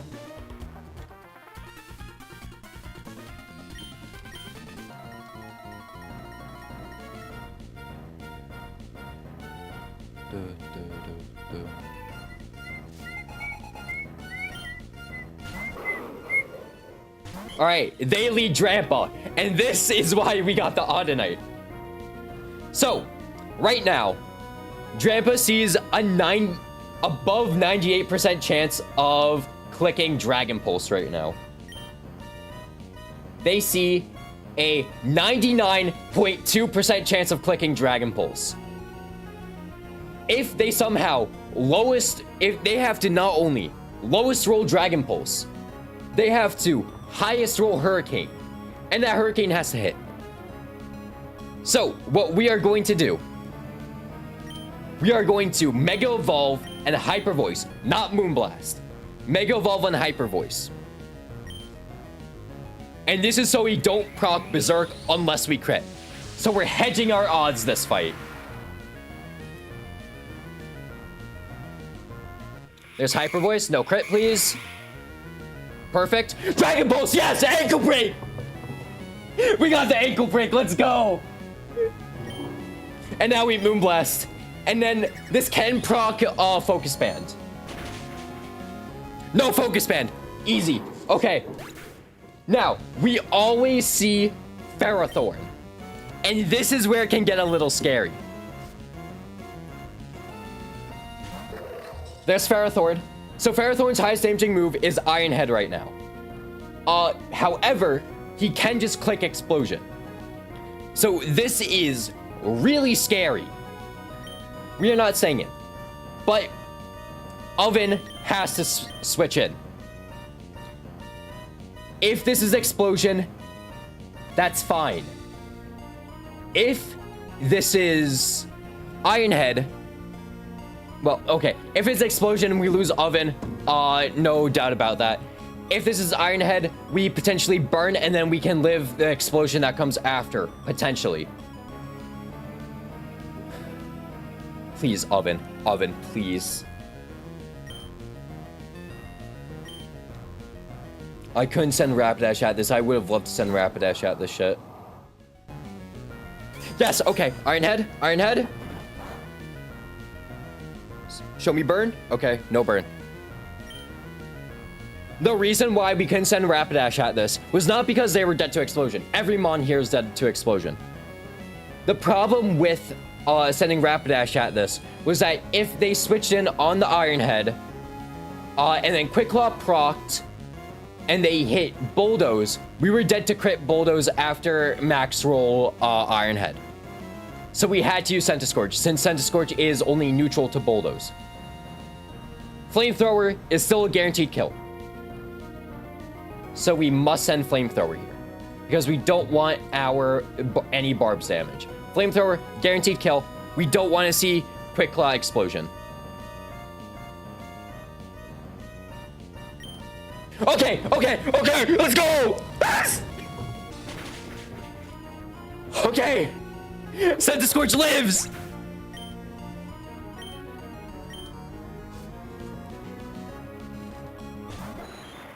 Almastar comes in. Almastar sees Surf or Power Gem. This is where fiction can happen. So, Almastar always sees Surf or Power Gem killing. There's no doubt about that. So, on either one of those, we have to switch in Captain Buggy. This is never, what's it called? This is never Earth Power, because that's neutral, it's also non-stab, so we have to switch in Captain Buggy here.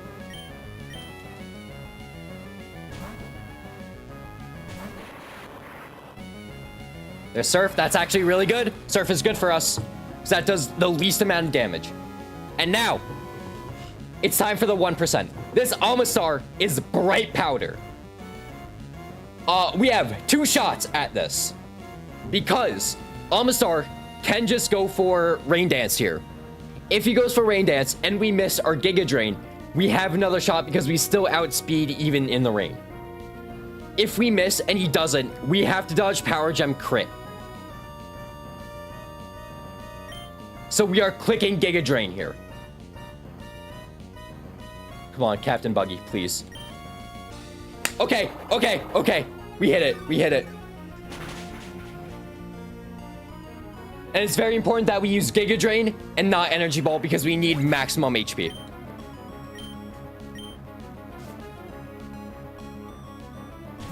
Executor comes back in, or back in, comes in. Executor, he sees Psychic or Explosion. So, Psychic or Explosion here. On either one, we switch in Frankie.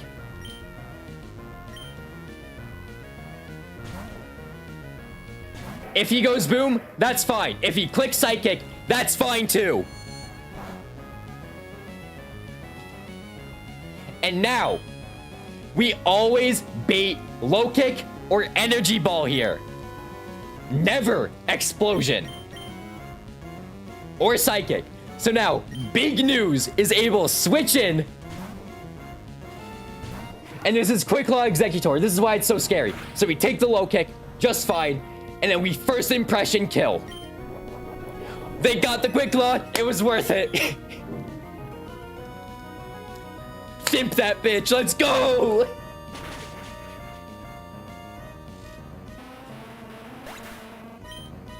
And then all that's left is Wall Rain. And Wall Rain has no hacks item, so we don't even have to worry about Wall Rain doing some bullshit. Wall Rain is dead to muscle band close combat.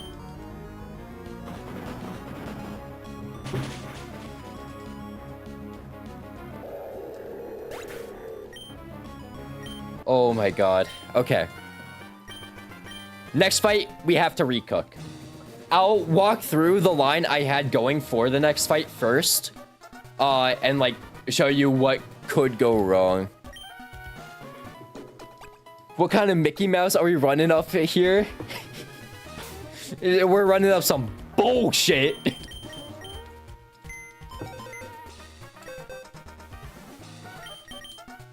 Okay. Let me deposit everyone in. Let me also grab all the items. So this guy has no hacks items, thankfully. It's just that his team is really annoying to play around. Time to beat Smelly. We're not up to Smelly just yet. Sorry, Rin. On stream cook. Yeah, because as I was looking at the line, I was like, wow, this is some bullshit. And I don't feel good about sending it because I have to hit it. It was like sending up some bullshit. So I'll show you guys what I was cooking first of all.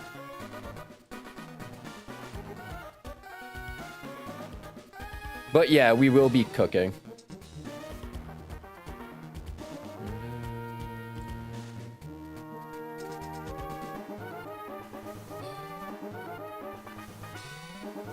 So what I was cooking for this fight, right? I had Araquanid.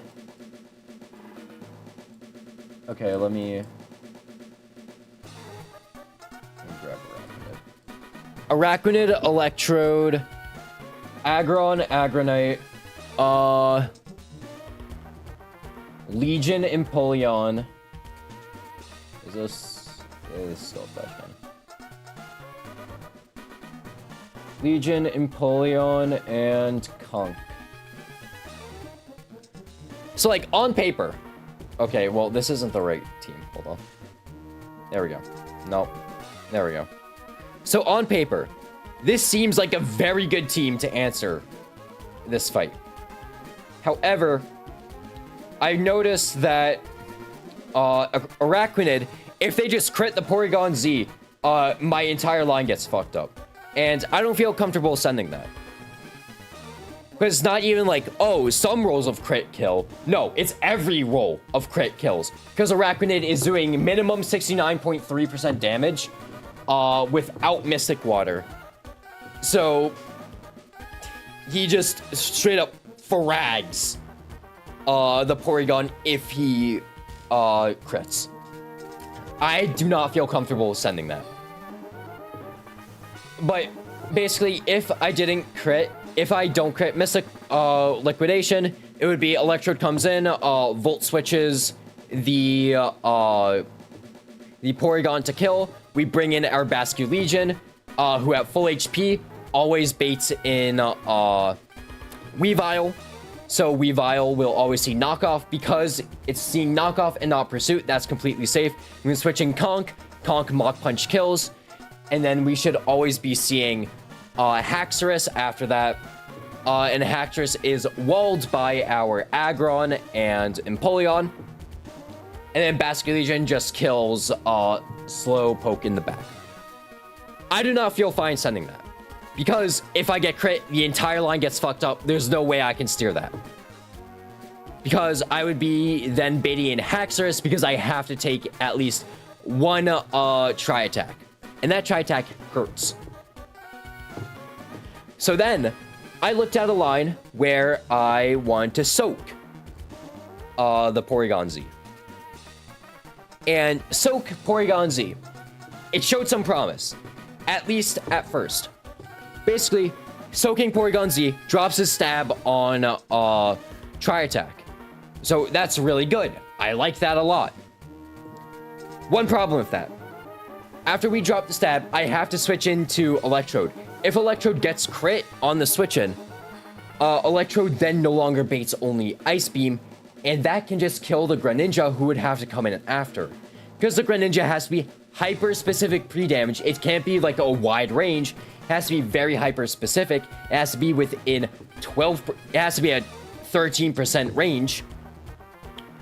Sorry. What is that? 35 to... Yeah, it has to be within a 12% range. Getting crit or even taking a Tri-Attack is not an option. So that completely threw out the line. If Gren was able to get into that hyper-specific range, Pursuit would no longer see kill. I could just switch in Aggron. Aggron could kill Weavile, chain Haxorus potentially, and then we could just use Legion to kill Slowbro. But, again, doesn't fucking work. So we're gonna have to do some cooking here. First, I'm going to turn on the air conditioner because it is hot as balls in here. And I will also be getting a drink, so I'll be right back.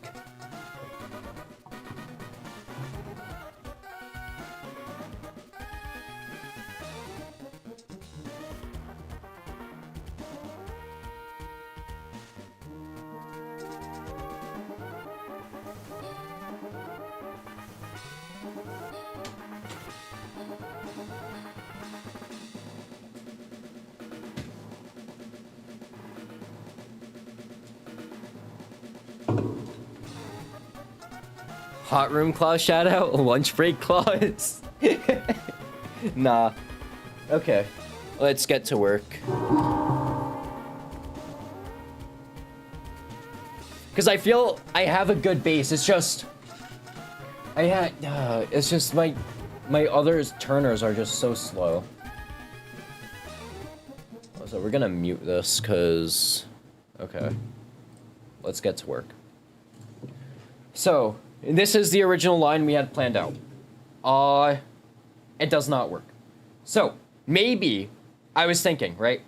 Maybe I could still soak. I could still do a soak line. Soak the Porygon, Leech Life the Porygon. That might work. Because then I could kill with Thunderbolt, and then I always get Slowbro in, which isn't ideal. Because Slowbro sees the first kill, if Electrode is out while Slowbro is out, or if Electrode is out while Pokemon goes down, Slowbro will always come in because he has 2 killing moves. Shell Sidearm almost always kills.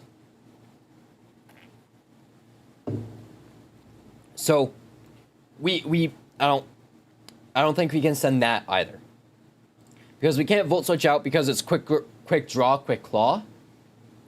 So there's like no way we can play around that. And then we'd also have to like play around Basculegion, getting down to 45% HP. So Haxorus Haxorus will see a kill on Basculegion instead of Weavile seeing the kill. Because no matter what, when we switch in, we're taking Shell Sidearm Flamethrower, and then there's also the 50% Quick Claw proc because of Quick Draw. So we're taking, we have to plan around taking 30%. Or we have to be able to get into Haxorus range. Which means we would probably have to run up hella pre-damage on Basculin.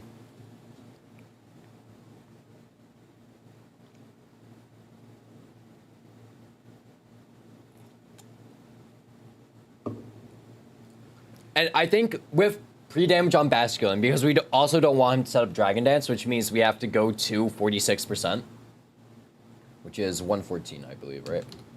114, yep. So because we have to drop to 114 minimum, we would also be poisoned, so that does give us a little bit of leeway. We want to be able to drop to 45 or 46 and stay above 30%. So that gives us a 16% window to work with in terms of pre-damage.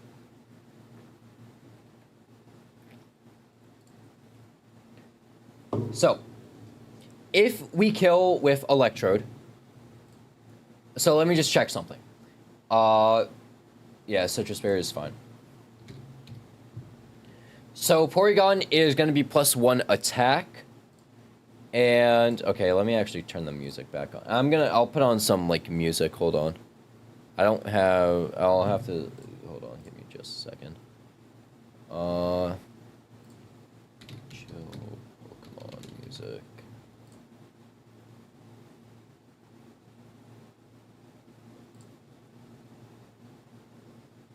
No, not that one. Oh, we'll do this one. This one's fine.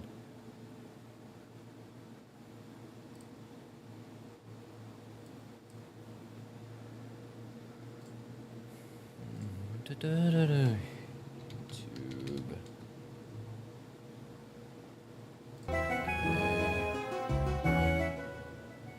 Alright. This is not gonna help, but...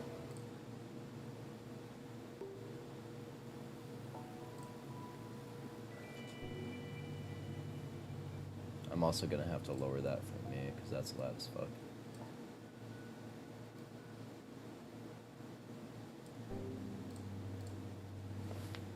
So, maybe if we can get Legion pre-damage. Because, like, after this fight, we just blaze past the next one.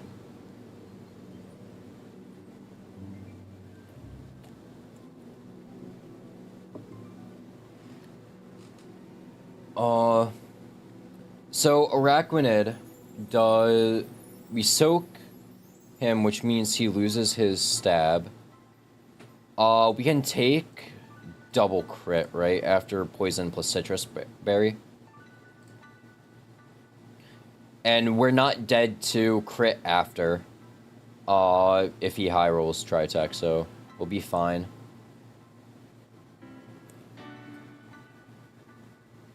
Because we'll be holding Citrus Berry. Although, we might want to use Leech Life, Silver Powder Leech Life. That might push it. Silver Powder Leech Life does 39.1.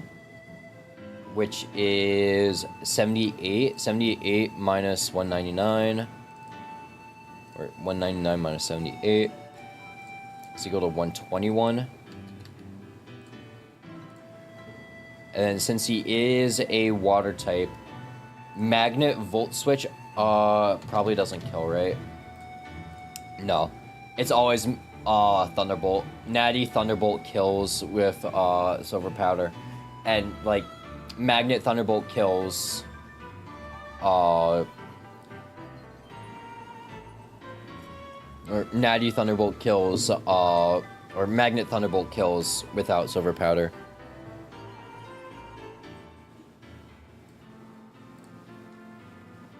So, I don't think so, no. Because then I kill Thunderbolt, I get Slow Burrow in, right? I get Burrow in.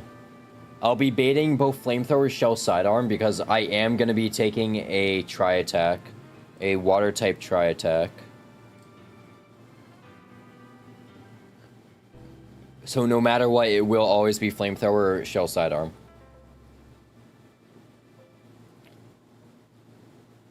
And we don't have safe switches for that. Like, yes, we can switch in Legion. But the problem with switching in Legion is that... What is that? That's a 10% difference on Shell Sidearm Flamethrower. So we have to plan around that. And there's also a... What's it called? Because we're going to be taking one we have to, no matter what, always end up at 46 or lower. And we have a huge deficit to play with. We have a 16% difference to play with. So it should be possible, cause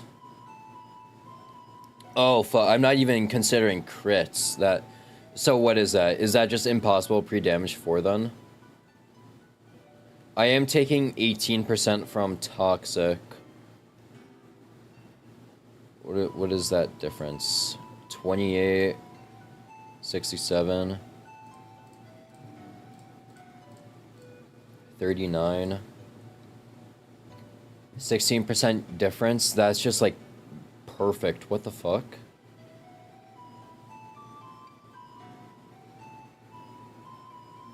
But also, I'm not considering flamethrower crit, so...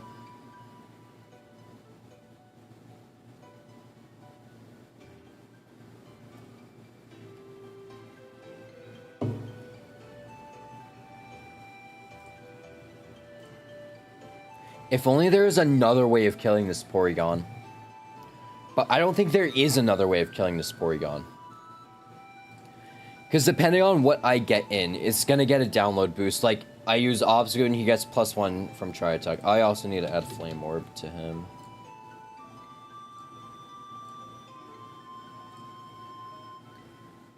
I also don't outspeed by 4 points. Because I am slow.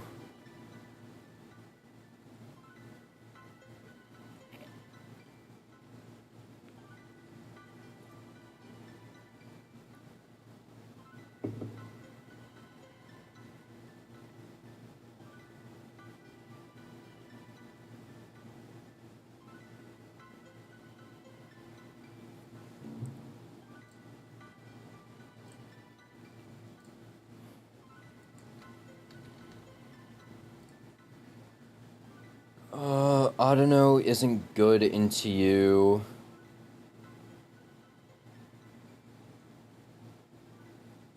Audino isn't bad into you, I guess.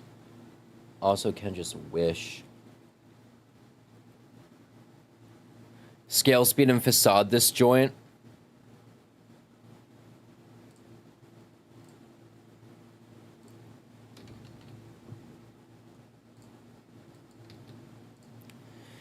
Problem with that is that I do not have confirmed kill.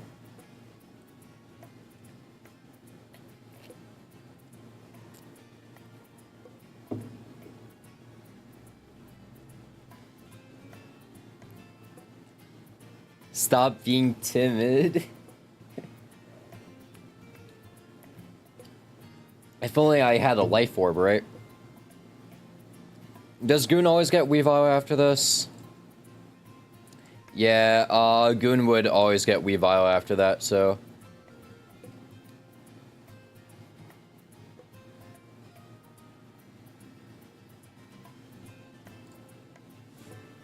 But, like... I can just... Cause I can do Togi Fake Out Lead, too. Togi Fake Out Lead always baits HP Fire. Low-key, speed scale might be worth it here.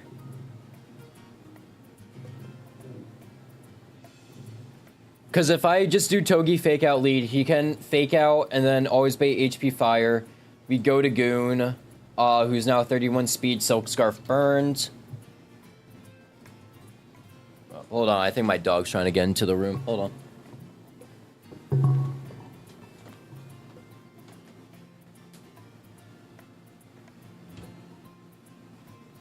No, I'm just schizophrenic. Hold on. Bernie, where are you? Oh. No.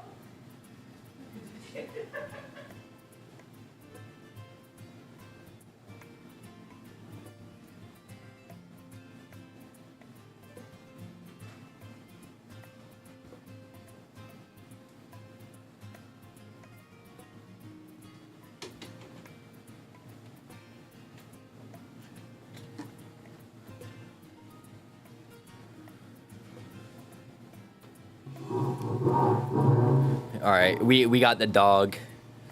So my dog has a fear of walking downstairs, like unironically.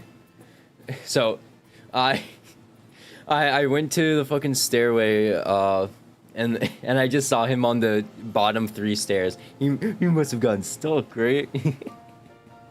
All right, yeah, yeah, goon scale might actually be like the solution, because then.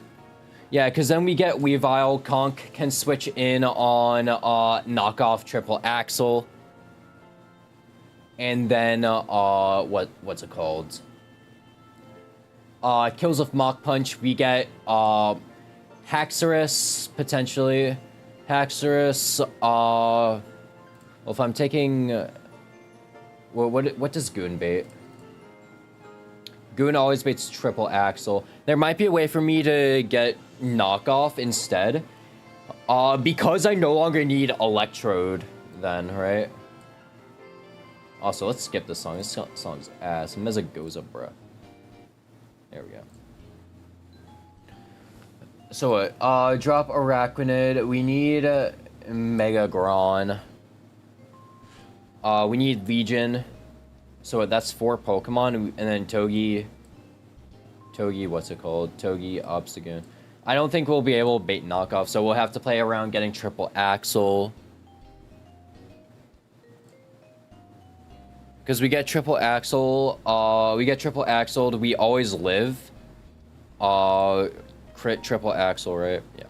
We always live crit triple axle. If we get triple axle, we start baiting Aquatail. On Aquatail, we switch in Empoleon. And because they're unnerved, Citrus Berry doesn't fucking matter. Which will run Metal Coat for that.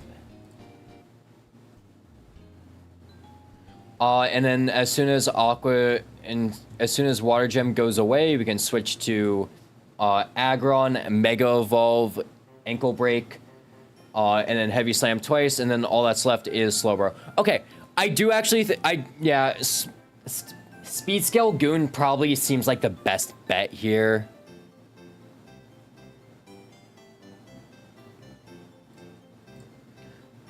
Also, this is that's +1 damage, by the way, so.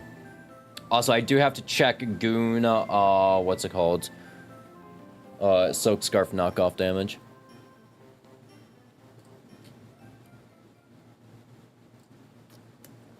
So that does 20% to me. And then Soak Scarf. Yeah, I don't fast kill him, so. Yeah, that'll always be triple axle, even if, what's it called? Hidden Power Fire crits. Okay. So I think that's what we'll do. We'll scale Goon Speed. It makes the fight so much more consistent. I'd much rather that over, what's it called? Over just sending some ass at that.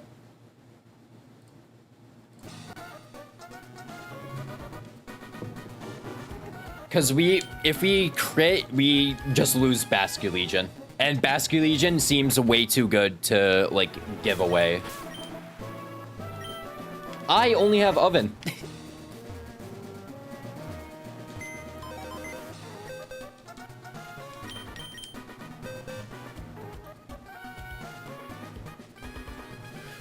First, before I scale Goon Speed, let me check to make sure he doesn't mess with, Shelly.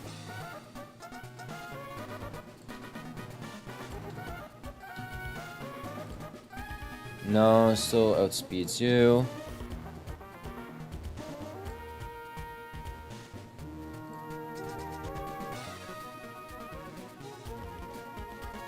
Okay, it shouldn't mess with Shelly.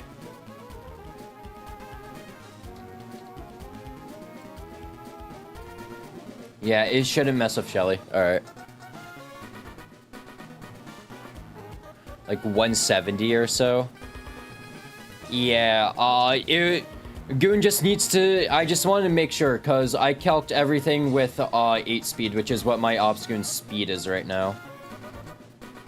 I just wanted to make sure it didn't mess with anything. And I don't think it will.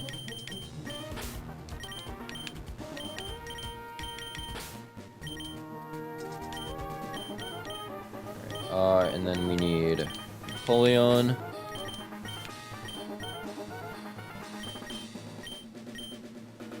Aggron. Not sent to Scourge. We need Legion. And Conk.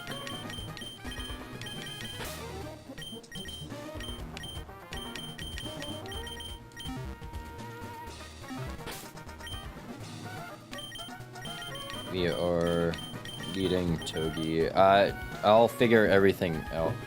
Let me just lead Obstagoon. Burned Obstagoon. Burn Silk Scarf Obstagoon.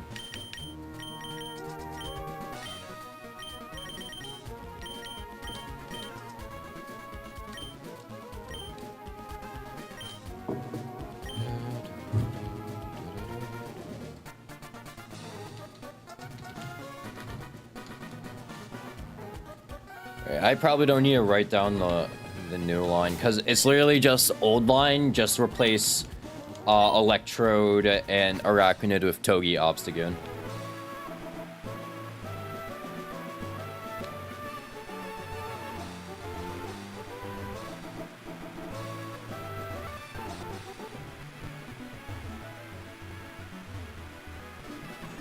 Yeah, Obstagoon shouldn't mess with the Shelly fight at all, because all he's doing is chaining the last two. And the last two Mons are stupidly slow. I just want to make sure that doesn't mess with Blastoise going for Shell Smash. Because if it lowered the odds at all, I don't think I'd be comfortable doing this. Also, how many heart skills do I have? 4 heart scales. You want to go down?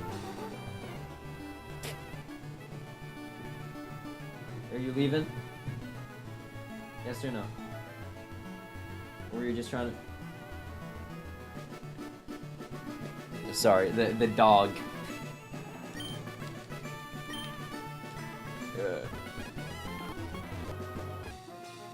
Wait, do you want me to put you on the bed?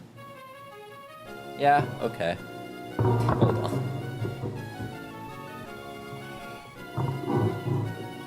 Up. There you go. No? You want to leave? What? What do you need?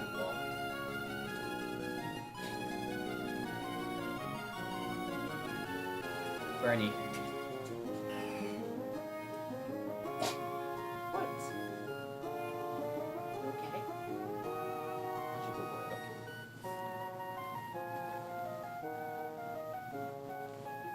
Alright, if he wants to leave, he'll scratch at my door.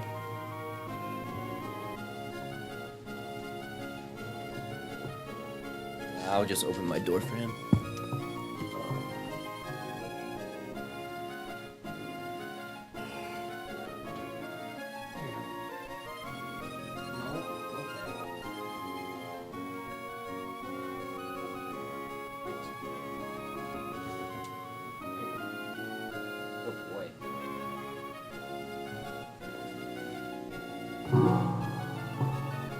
Alright, he's chilling behind me. You can't really see him. But he's there.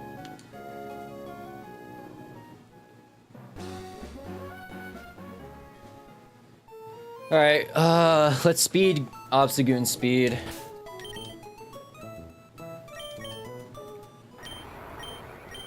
So this is our current Obstagoon right now. Very cool. We need to increase his speed. Oh my god, wait. I'm gonna be so pissed if that's actually the case. For the Jinx.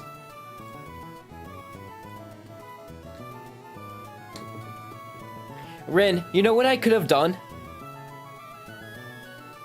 I could have ripped this scale so much earlier.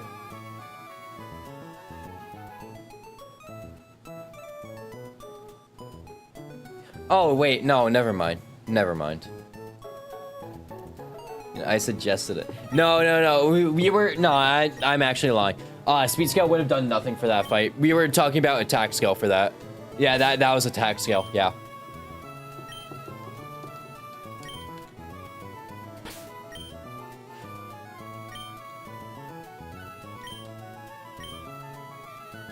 You know, because if we did speed scale, we would have just baited down the line, so it wouldn't have changed. It wouldn't have done anything.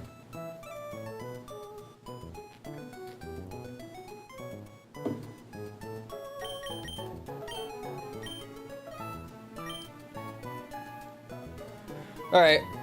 I think Obscure Speed is the right call. This will be very good all throughout the game, so until we need a nature change to Jolly over Timid.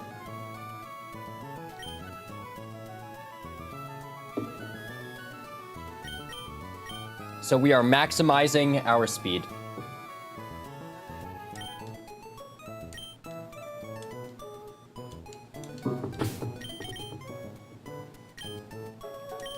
Okay. Now let's get our items together. No item on Togi. We need Silk Scarf on Goon, which we did already. Oh wait, did I do? Oh, no, I didn't do items. Yep. We need Agronite on Aggron.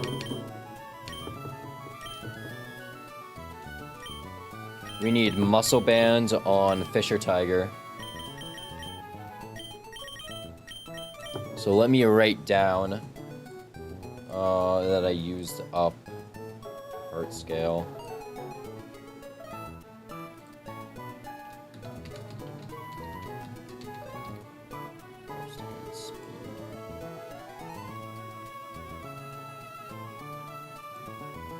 That's funny how that's the second scale I've used on a Pokemon speed. Hey, how you doing? I'm doing good. Alright, we need Metal Coat on Empoleon.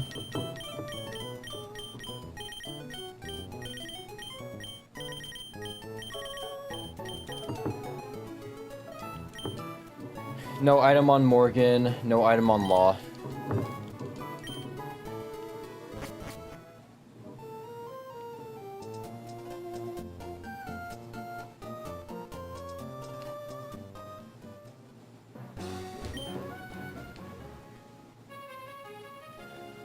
Do you think I should I always get Weavile. Let me just check that.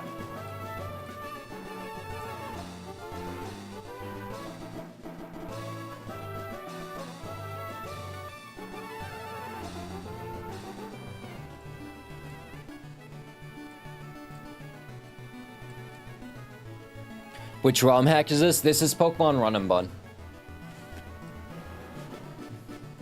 So Fake Out and then switch to Silk Scarf, Facade Kills. This is neutral. So Facade Kills after Fake Out, because we outspeed kill Slowbro and we outspeed kill Haxorus. This will always be Weavile because we do not outspeed kill them. They see outspeed on us, which is Triple Axle. We switch to Conk on that. Okay. I don't believe I need any pre-damages for that.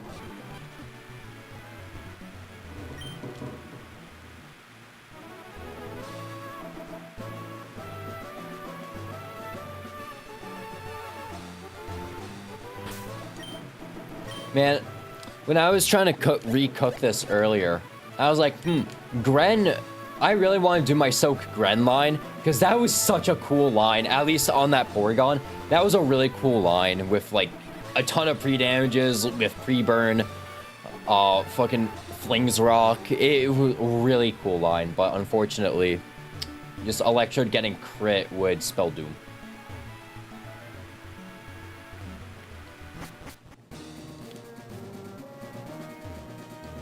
Especially since it was also a Soak line. Alright, let me just do check. No item. Silk Scarf burned. No item. Metal Coat.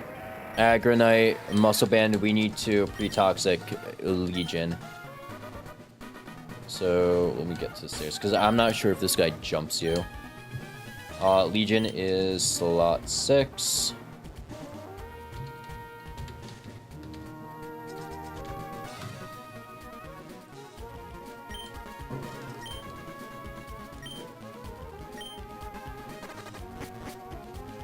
Okay, we don't get jumped. We have to be at max HP.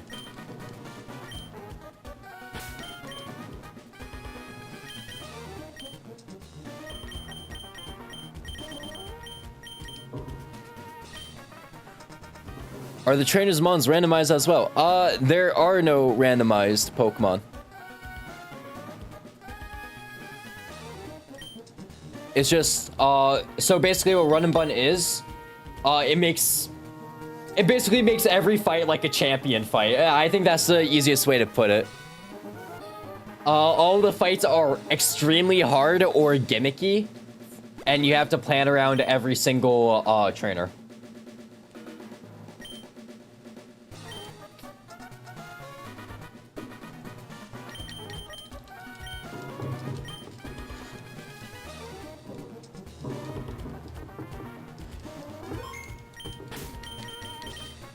Alright, La, Momo, Morgan, Goldie, Roger, Frankie, Fisher Tiger.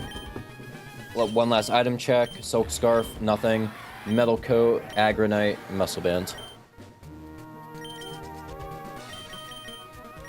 Alright, let's do this.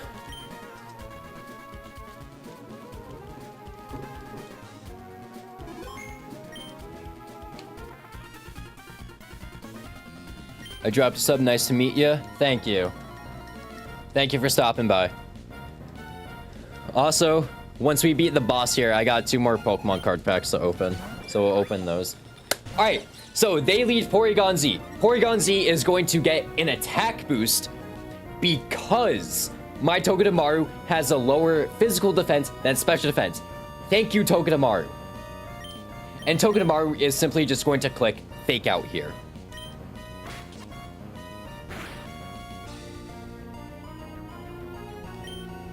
And now, Togedemaru is always baiting Hidden Power Fire. On Hidden Power Fire, we are switching to Obstagoon.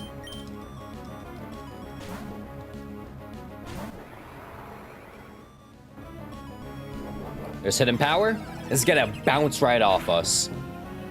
Near max special bulk Obstagoon, by the way. So, Obstagoon, we had to spend a speed scale, or a heart scale, to max out this Obstagoon speed to go from 8 speed IVs to 31. And this allows us to outspeed Porygon and allows us to one-hit KO with Facade after the Fake Out chip.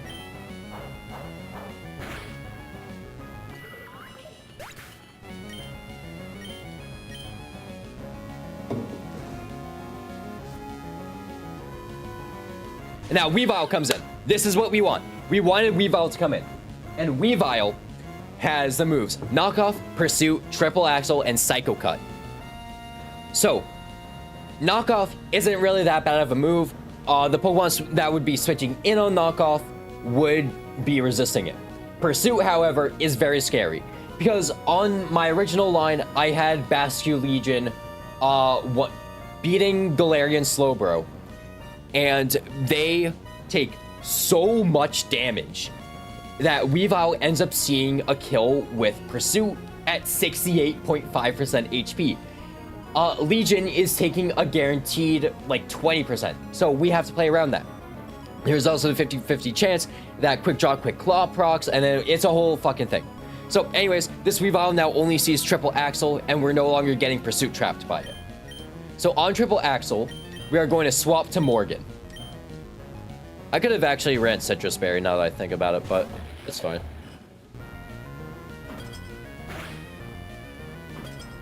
So they hit the Triple Axle. They hit all 3 hits. Very scary.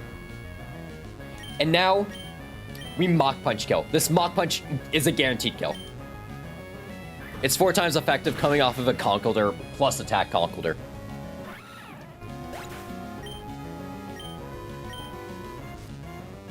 And now we should be seeing Haxorus because we outspeed Slowbro. Haxorus has a Nerve, and Haxorus right now sees a random move between Water Gem, Aqua Tail, and Dual Chop. He can never go for Dragon Dance. So on Aqua Tail or Dual Chop, we are going to swap in Goldie Roger.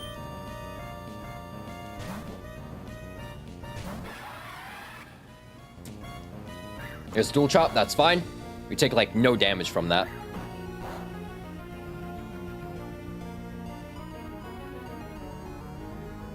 And now we send a flash cannon. Flash cannon is a guaranteed 2-hit KO. They go for Dragon Dance. Unfortunately, that does mean we can't swap just yet.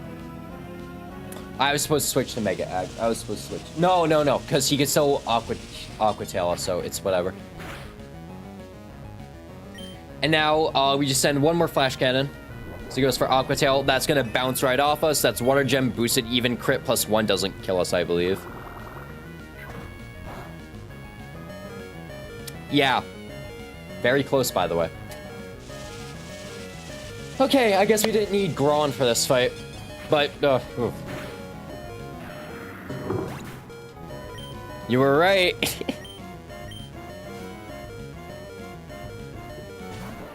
And then Slowbro comes in. Slowbro is gonna see Flamethrower. And on Flamethrower, we just switch to Fisher Tiger. Fisher Tiger has a guaranteed 1-hit KO on Bro.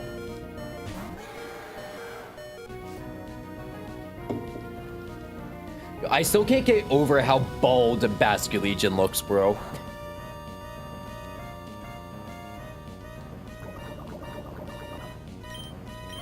And then Poltergeist is a kill. Oh, and he doesn't even get the quick claw. Bro. Sure, I guess, bro.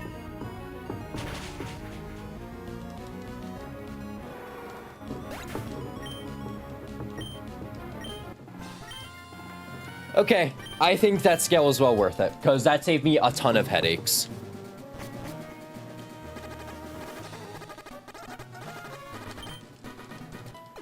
Alright, next fight is actually really fun. I actually really like this next fight. I cooked up a very fun plan. So, for safety, I think I'm gonna reload the game. Because there's a bug with Boltbeak Fishivis Rend, right?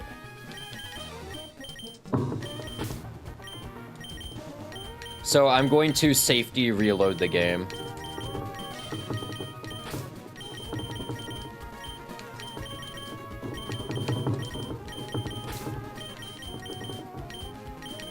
Because I heard somewhere that it takes the speed from the last turn, which is really weird, or the turn order from the last fight. So, which is really weird. So I'm just gonna save soft reset.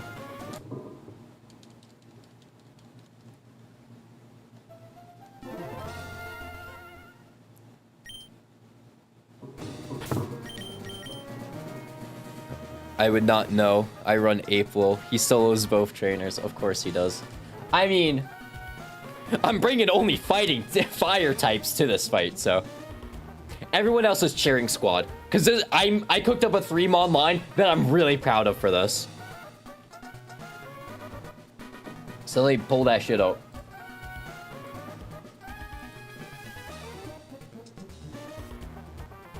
Did I not put a fucking item on Set to Scorch's notes? That's funny.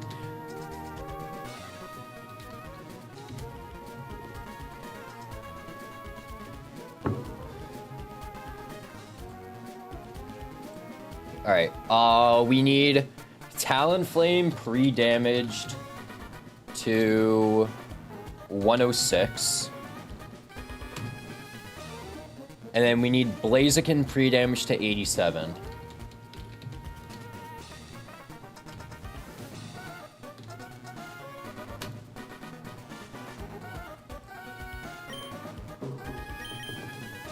Okay, we need Charcoal on Talonflame.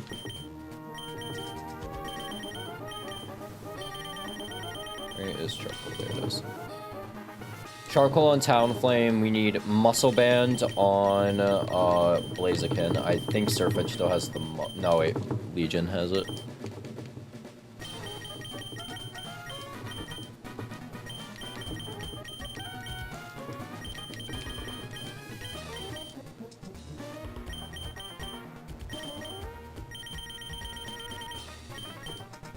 Muscle Band on Blaziken, and then Citrus Berry on Oven.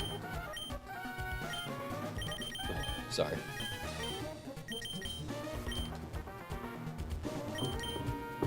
Okay, we'll bring other fighting types as backup. I guess fucking burned Obstagoon. I want you. Yeah, Aggron is just really bad for that. It's the same thing with Legion, I guess. I guess Aggron is just completely better. So. Okay. Yeah, these guys are just cheering squad, and just in case I completely fucked up the line. P-burn. 5. But I believe we should be fine.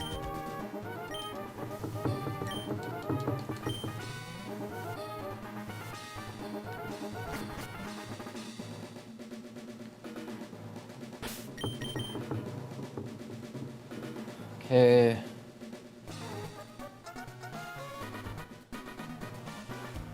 Okay, wins 2 grunts 4 and 5. So item check. Charcoal, Muscle Band, Citrus. Pre-damage to 87, pre-damage to 106. And Talonflame, Blaziken are in lead slots. Okay.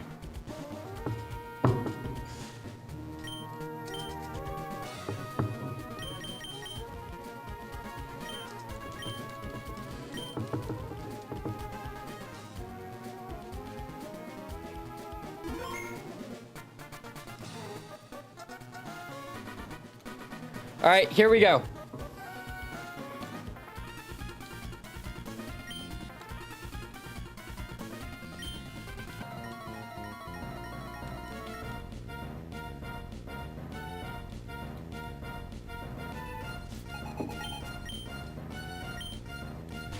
So they lead Alolan, Ninetales, and Arctozolt. So this Arctozolt is Slush Rush, and Ninetales is Snow Warning, of course. So, Marco is not going to click an attacking move this turn. Neither is Ace. Marco is going to set up Tailwind. And then Blaziken is going to detect.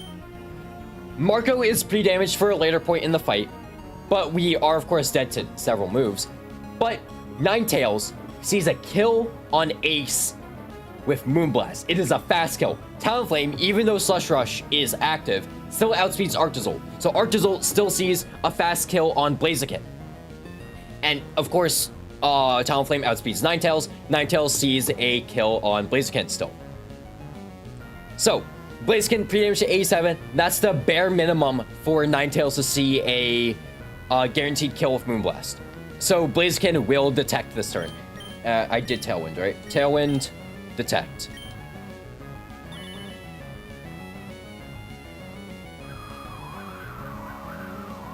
Tailwind goes up. Arctozolt uses Bolt Beak, hits into Ace. Ninetales uses Moonblast, hits into Ace. Nothing happens because we detected that turn.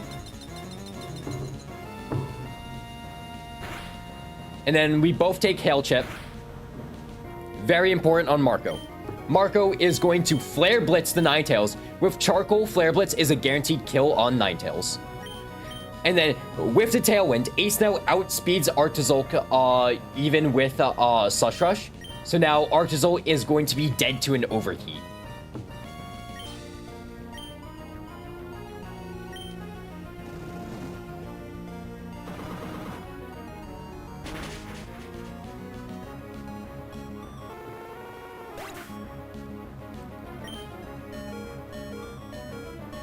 Very low HP, just barely enough for what we need. Overheat will kill this Arctozolt.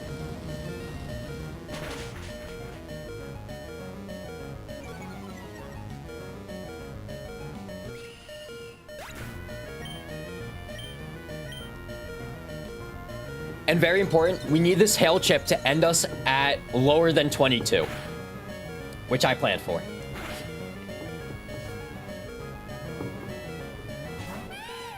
Now, Lipard and, what's their name? Arctovish coming.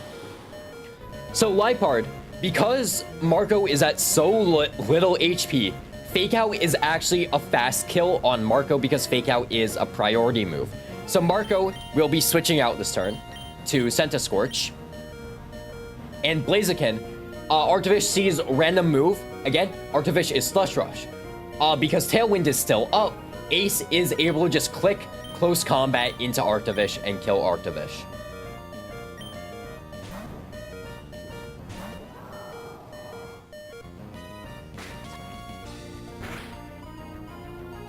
Big crit. Big flame body. And in close combat, confirmed kill on Arctovish.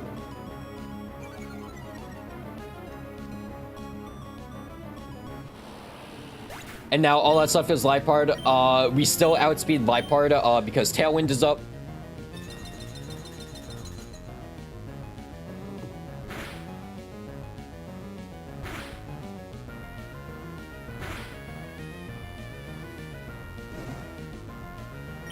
And now all we have to do is Leech Life and close combat.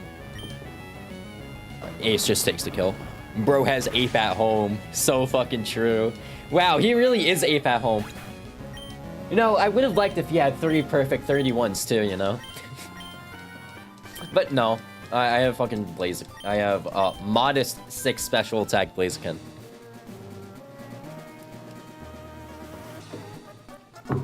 Solid fight, thank you. I was really proud of that cook. That took me forever. When I was originally playing that fight, I was trying to get an endgame with Empoleon and a fighting type. That shit just was not working in the calc, because like there was so much random nonsense that could happen. Like that Arctovish was a bit of a problem. Alright, now it's the highlight fight. This is the title card.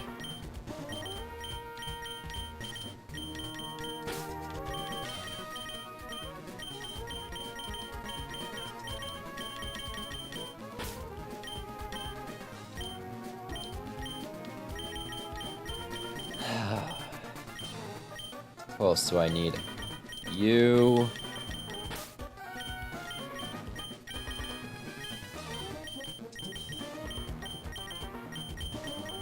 And you.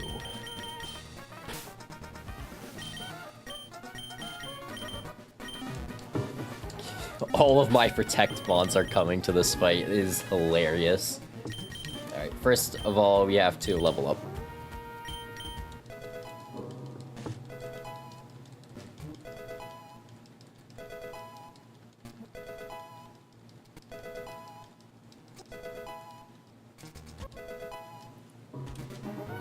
Wants to learn Hurricane.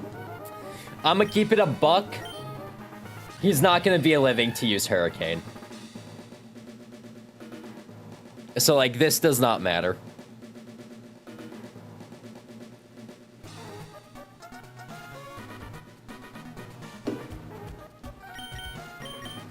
But we'll at least let him think it. Does it change the baiting at all? No. After me and Xiao goes down, it's always Nihiligo. It's always Nihiligo. So...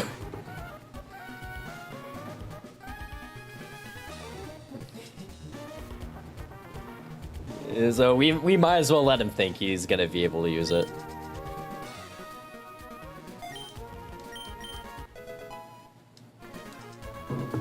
We just couldn't get rid of dual wing beat. We need to keep dual wing beat. Banshee wants to learn Stone Edge. No. No, thank you.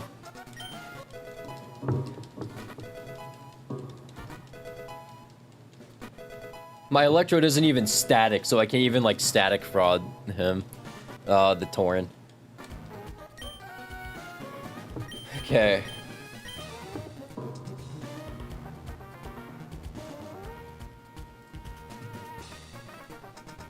Where is she?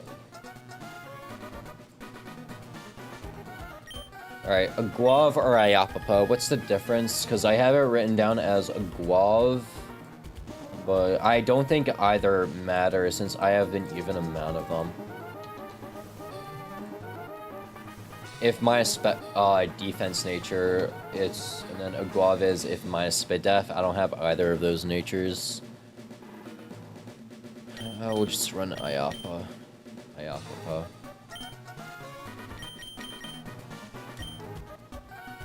And then we need magnet on electrode.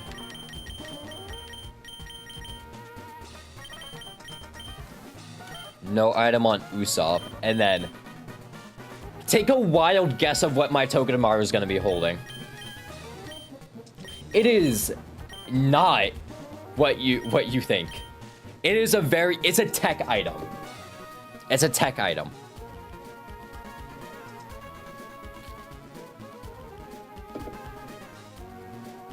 Is any guess? Sticky Barb. No! He's holding Iron Ball.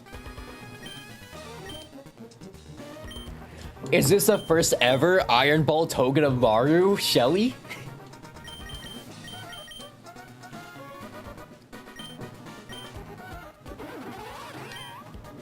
Hey, nothing. Iron Ball. Nothing. Iapapa. Soak Scarf. Magnet. Alright, let's also burn our Obstagoon. Burn. 5. Phone went off. Hold on. What the fuck?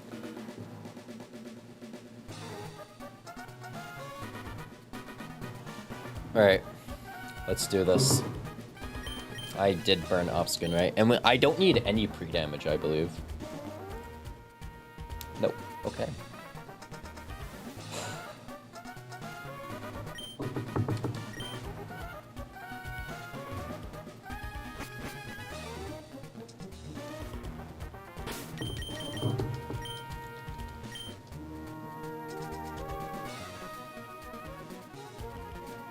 There.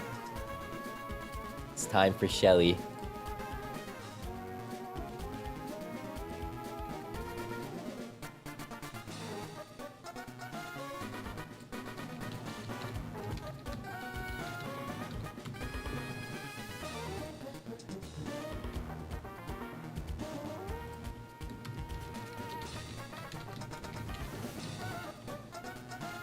All right.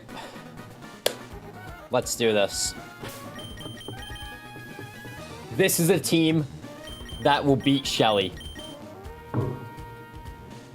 It must beat Shelly.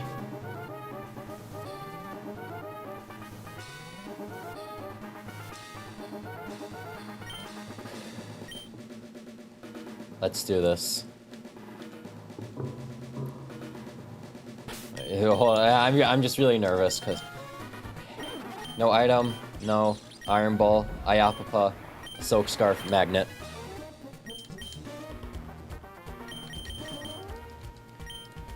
First time, Shelly. Will this be a victory?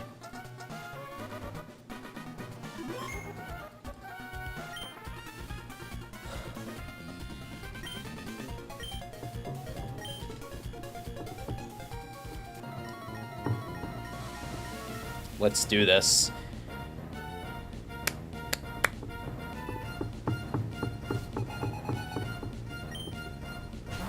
They lead Mian Xiao, we lead Garp. So, we want to lead Garp and not our Yanmega. Simply because Yanmega would be fake out and knock off. And we need a CC defense drop. So, Garp is fast killed by Mian Xiao CC. That's great. So, Garp is hard switching into Usopp.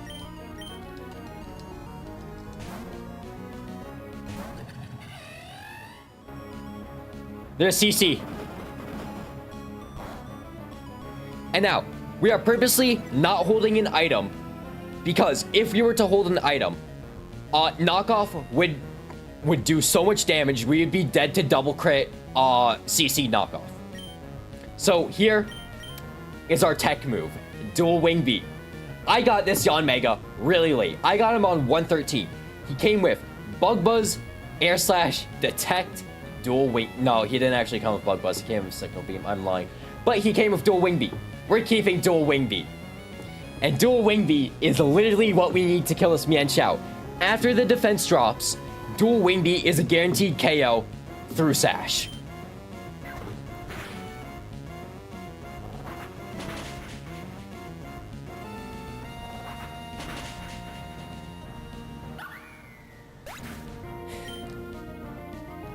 Unfortunately, that is the last frag Usopp will be picking up for this run.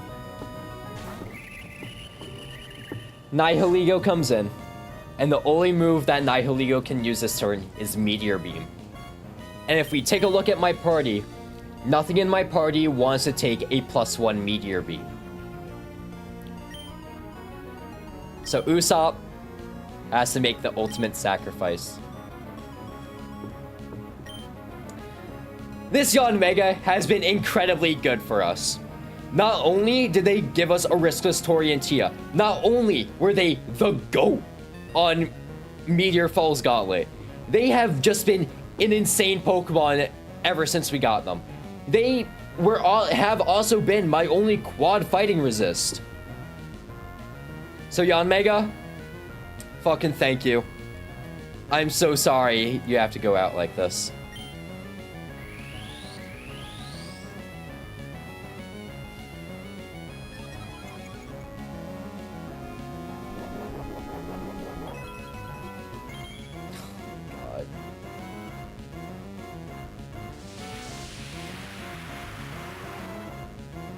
God. 07 Yanmega. And Beast Boost raises special defense and not speed. Very important. 13 deaths. And now, Garp. By just 1 speed point. 1! Garp outspeeds and liquidation kills Nihilego.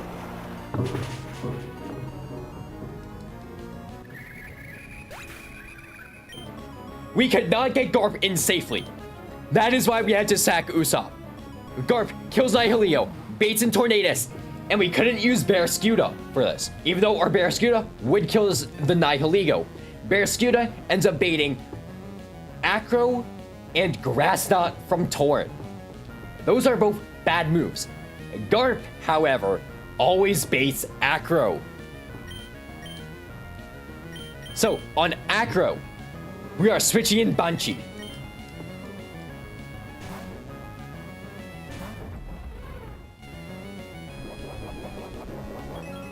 Flying Gem Acro. Okay? And now Banshee always baits Grass Knot. And on Grass Knot, we switch to Captain Buggy.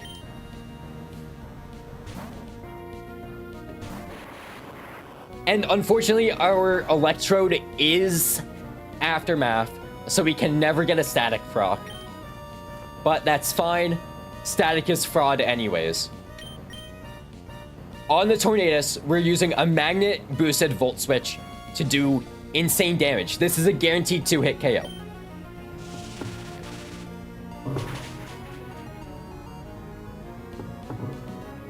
And we go back to Banshee on Heat Wave or Acro.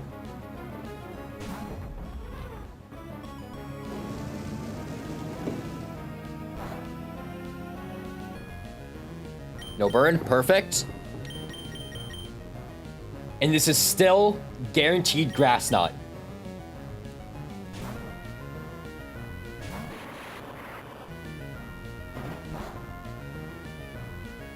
Crit doesn't matter. Volt Switch kills the Torrent.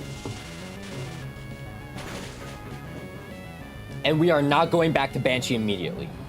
It would bait in Dragonite, because Dragonite sees highest damaging move with Outrage. And use the first in line. However, we don't want him clicking Outrage, especially since my box has 0 fairy types.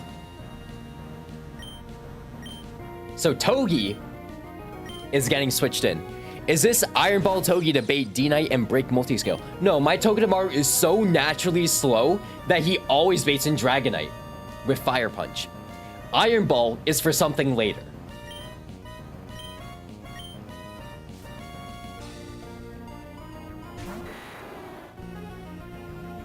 So Dragonite only sees Fire Punch killing. So first, we're going to Fake Out. And this breaks multi-scale.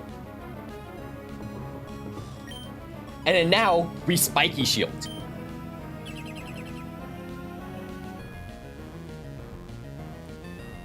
This Fire Punch, we get our chip in, and now he's at around 83%. And he's locked into Fire Punch, because Fire Punch, he's choice banded. So Fire Punch is the only move he can use right now. So now we switch to Banshee. And here is arguably one of the scariest parts of the fight. We have to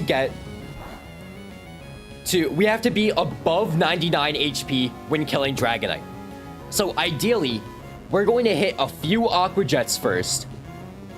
And then once we get to the turn where he will bring us down to 25%, which is, let me double check this. 25% of Kasa's HP. This is 65 Kasa. 25% is 45. Once we get to the threshold of, once we get to the turn where he's dropping us to minimum 45, we have to Rock Slide, because we want to kill him on the same turn. We get up to the maximum amount of HP for this Lantern, because we do not want Lantern clicking Volt Switch. So we're gonna Aqua Jet here. We're also not burned yet. We have to keep burn in mind. If we get burned, we are free to just start spamming Rock Slide.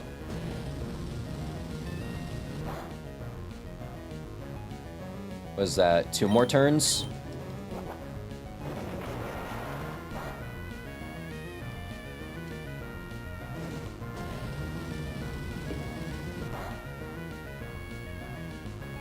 Next turn.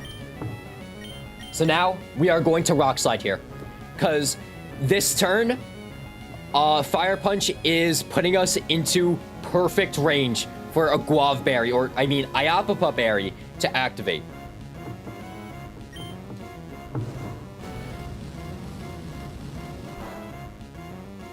Okay. Okay. We do get our Iapapa Berry going, but now it's risky. Just crit for me, please. Okay. We have to be above 99, or else we start risking shit.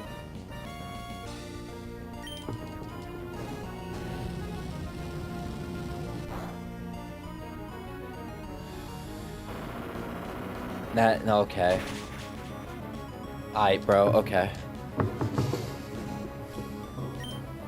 We have to Aqua Jet is a kill here.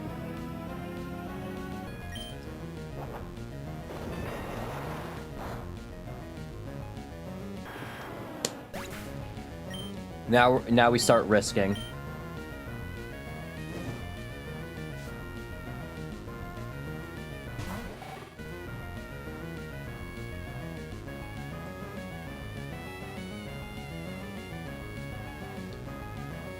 Maybe could have checked switch-ins. Maybe. So right now, there is a... If anything could have cleaned up D-Knight, I don't think... Literally nothing could have cleaned up D-Knight.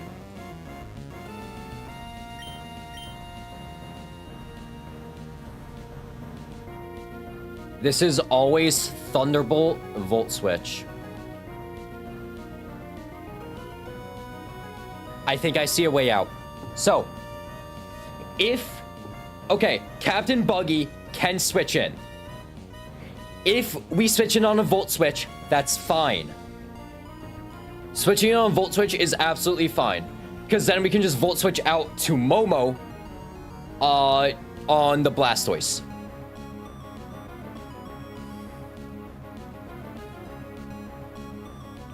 But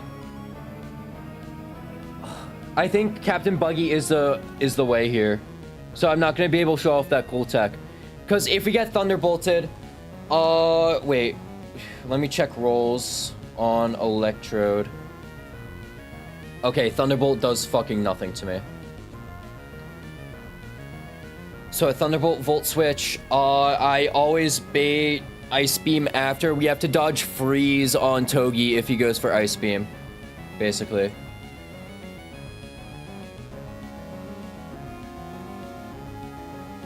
Problem is, if he goes to Volt Switch, we just lose Togi, and I think we lose the fight. Oh well. Captain Buggy is the way. If this is Thunderbolt, we go to Togi on Ice Beam, dodge Freeze, and then we have to dodge Scald. We don't always have to dodge Scald Burn, but we do always have to dodge Ice Beam Freeze. This is never Ice Beam, never Scald. Thunderbolt, okay. Means I could have swapped to Togi, but okay. Alright. Now, this is always Ice Beam. Ice Beam is a confirmed kill. I can't Giga Drain to get the HP back. Scald thaws you, so it's okay if it freezes? No, it is not, because I need to slow U-turn.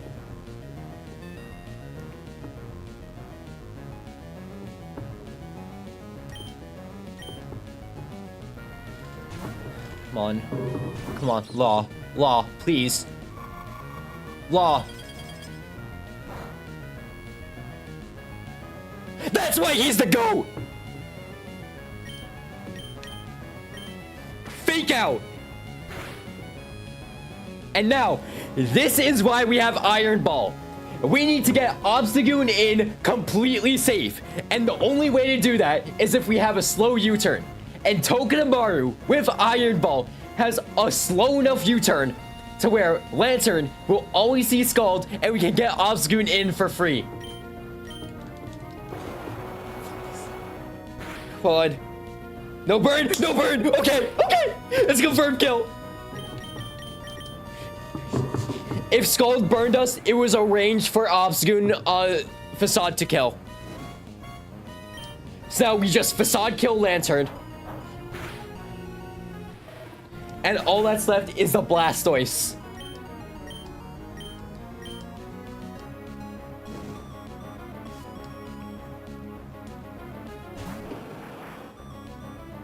Now this Blastoise does not see a kill with Surf. That is why we need to slow U-turn on Lantern. But there's still a bit of fiction that can happen.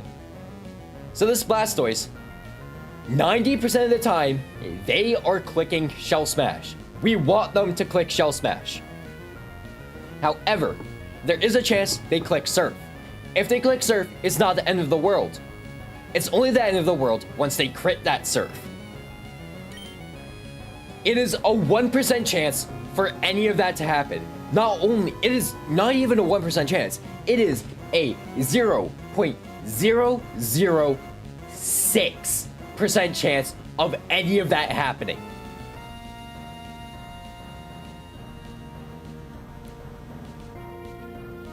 You still slow U-turn it if it freezes you because he scalds you before you attack, buddy. Yes, but it would be a terrible range because I didn't get the fake out chip.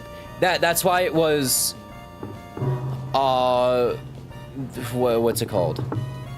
That's why I was scared about burn, and that's why I didn't want to get the freeze. There's no way it ever clicks Shell Smash. You outspeed 2-hit KO? You're funny. I outspeed and 2-hit KO him, but Shell Smash AI is whack. Because he doesn't see that I kill him after Shell. Because he doesn't see that I kill him this turn for Shell Smash. Because I'm outspeeding. That's why Shell Smash AI is so whack. So we are just gonna click Facade. Blastoise, please click fucking Shell Smash. I swear to God, if you don't click Shell Smash, I'm going to throw the controller. I'm shooting the computer.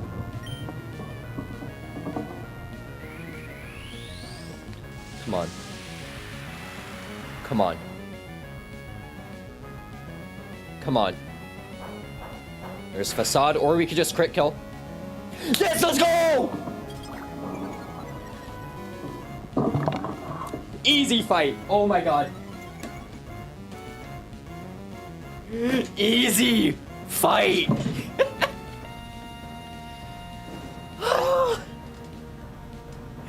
And now, after Shell Smash,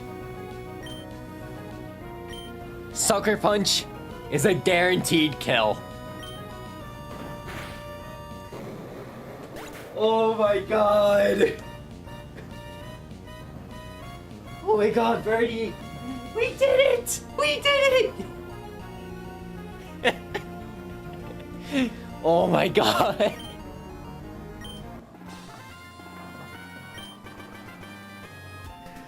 Oh. Oh my god.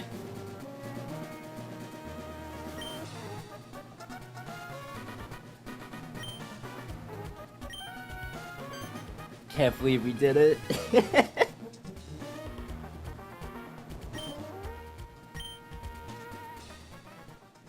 Shell Smash AI is so wacky, dude. It is.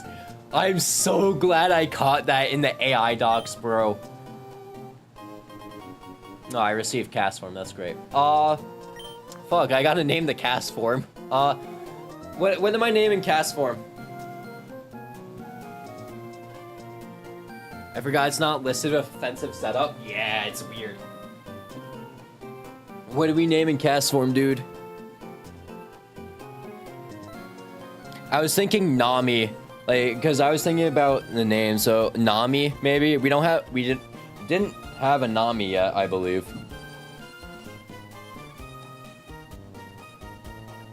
Yeah, no Nami yet. But also, it's a fucking cast form. It's fodder, bro. It's Nami fodder. I'm sorry, Bernie. I was excited. No, we'll name it Nami.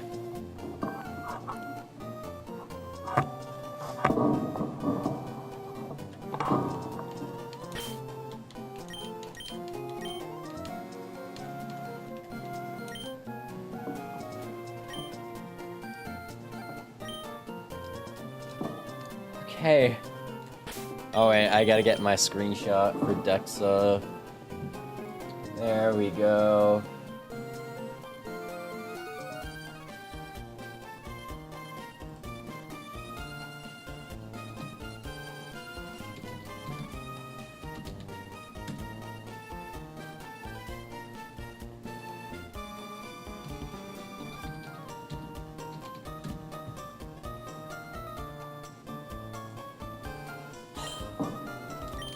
Again, 07 Usopp.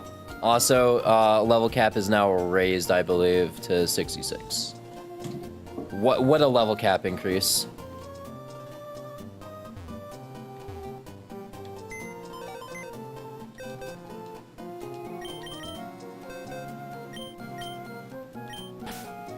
Yon Mega. 07. You were a great fucking Yon Mega. I'm gonna miss you. Third row of the death box.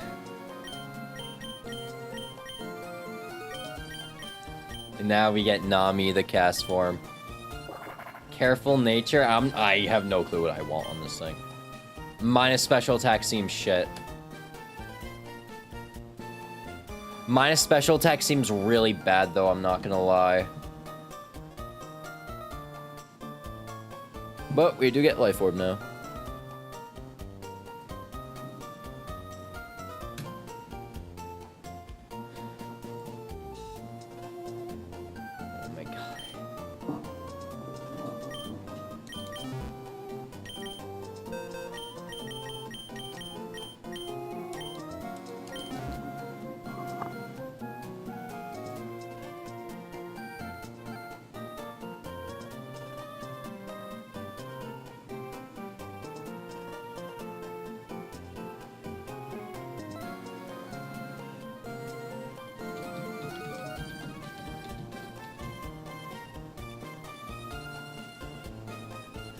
Oh my god.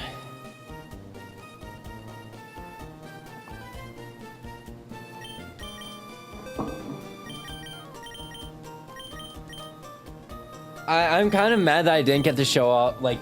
Actually, no, I was able to show off the Togi tech, yeah. Iron Ball Togi, I don't think... Has someone done that for Winstitute Shelly before? I don't think so. Does he need U-turn on Togi, that's why.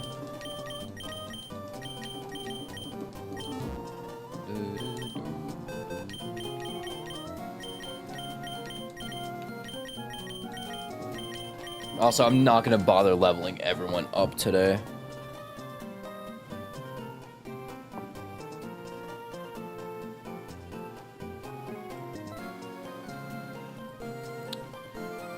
Oh, I forgot.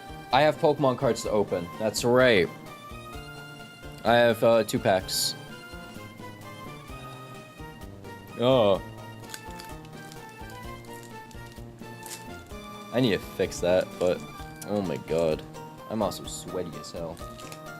Hot room. I should have hot room claused the fight. Truly. Okay. Code card. Energy. Pumpkaboo, Zubat, Weedle, that breaks in, AZ's Tranquility, Stunk Tank, is this Reverse Hollow? No. Meowstic, Reverse Hollow Frogadier, Reverse Hollow Golbat, and Hollow Xerneas. Okay. Alright, last pack. We already pulled a Crobat illustration rare, so... If we don't pull anything else, I'm sure that'll be fine.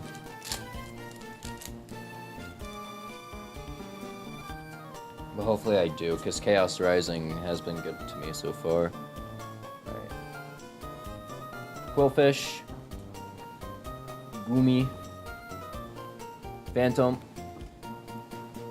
Roki, Ferrothorn,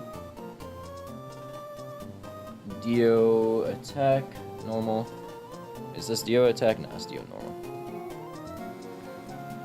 Transformation Tome, breaks in reverse, Phantom reverse. Oh, hello. Pyroar EX, nice. Mega Pyroar EX, what a mid fucking mega. Alright, well, we're not doing fucking Bridge Rival today.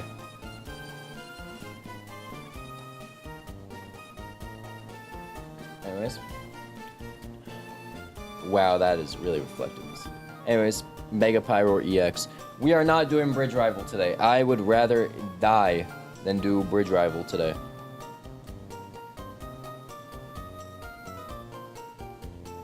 I am simply not ready for Bridge Rival. And like, I'm gonna have to figure out how to do it without Yanmega. Because I'm not sure if Yanmega would have been good on my Penguin Bridge Rival. Not sure how LeBron he goes. If he does anything at all on that fight. I don't think he does, but... Okay, I think that's all for today.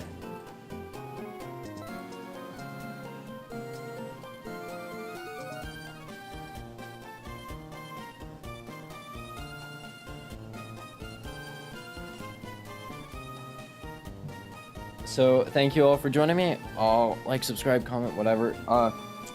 We got through the first half of 119, and we beat all of Winstitute, only taking 1 death, which was expected. We dodged Sense Scorch dying, we dodged Electro dying several times, and we also had a steer on Shelly because we got fucked up, but whatever.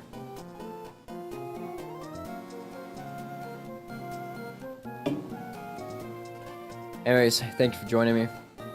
Let me save first and then I'll quit out.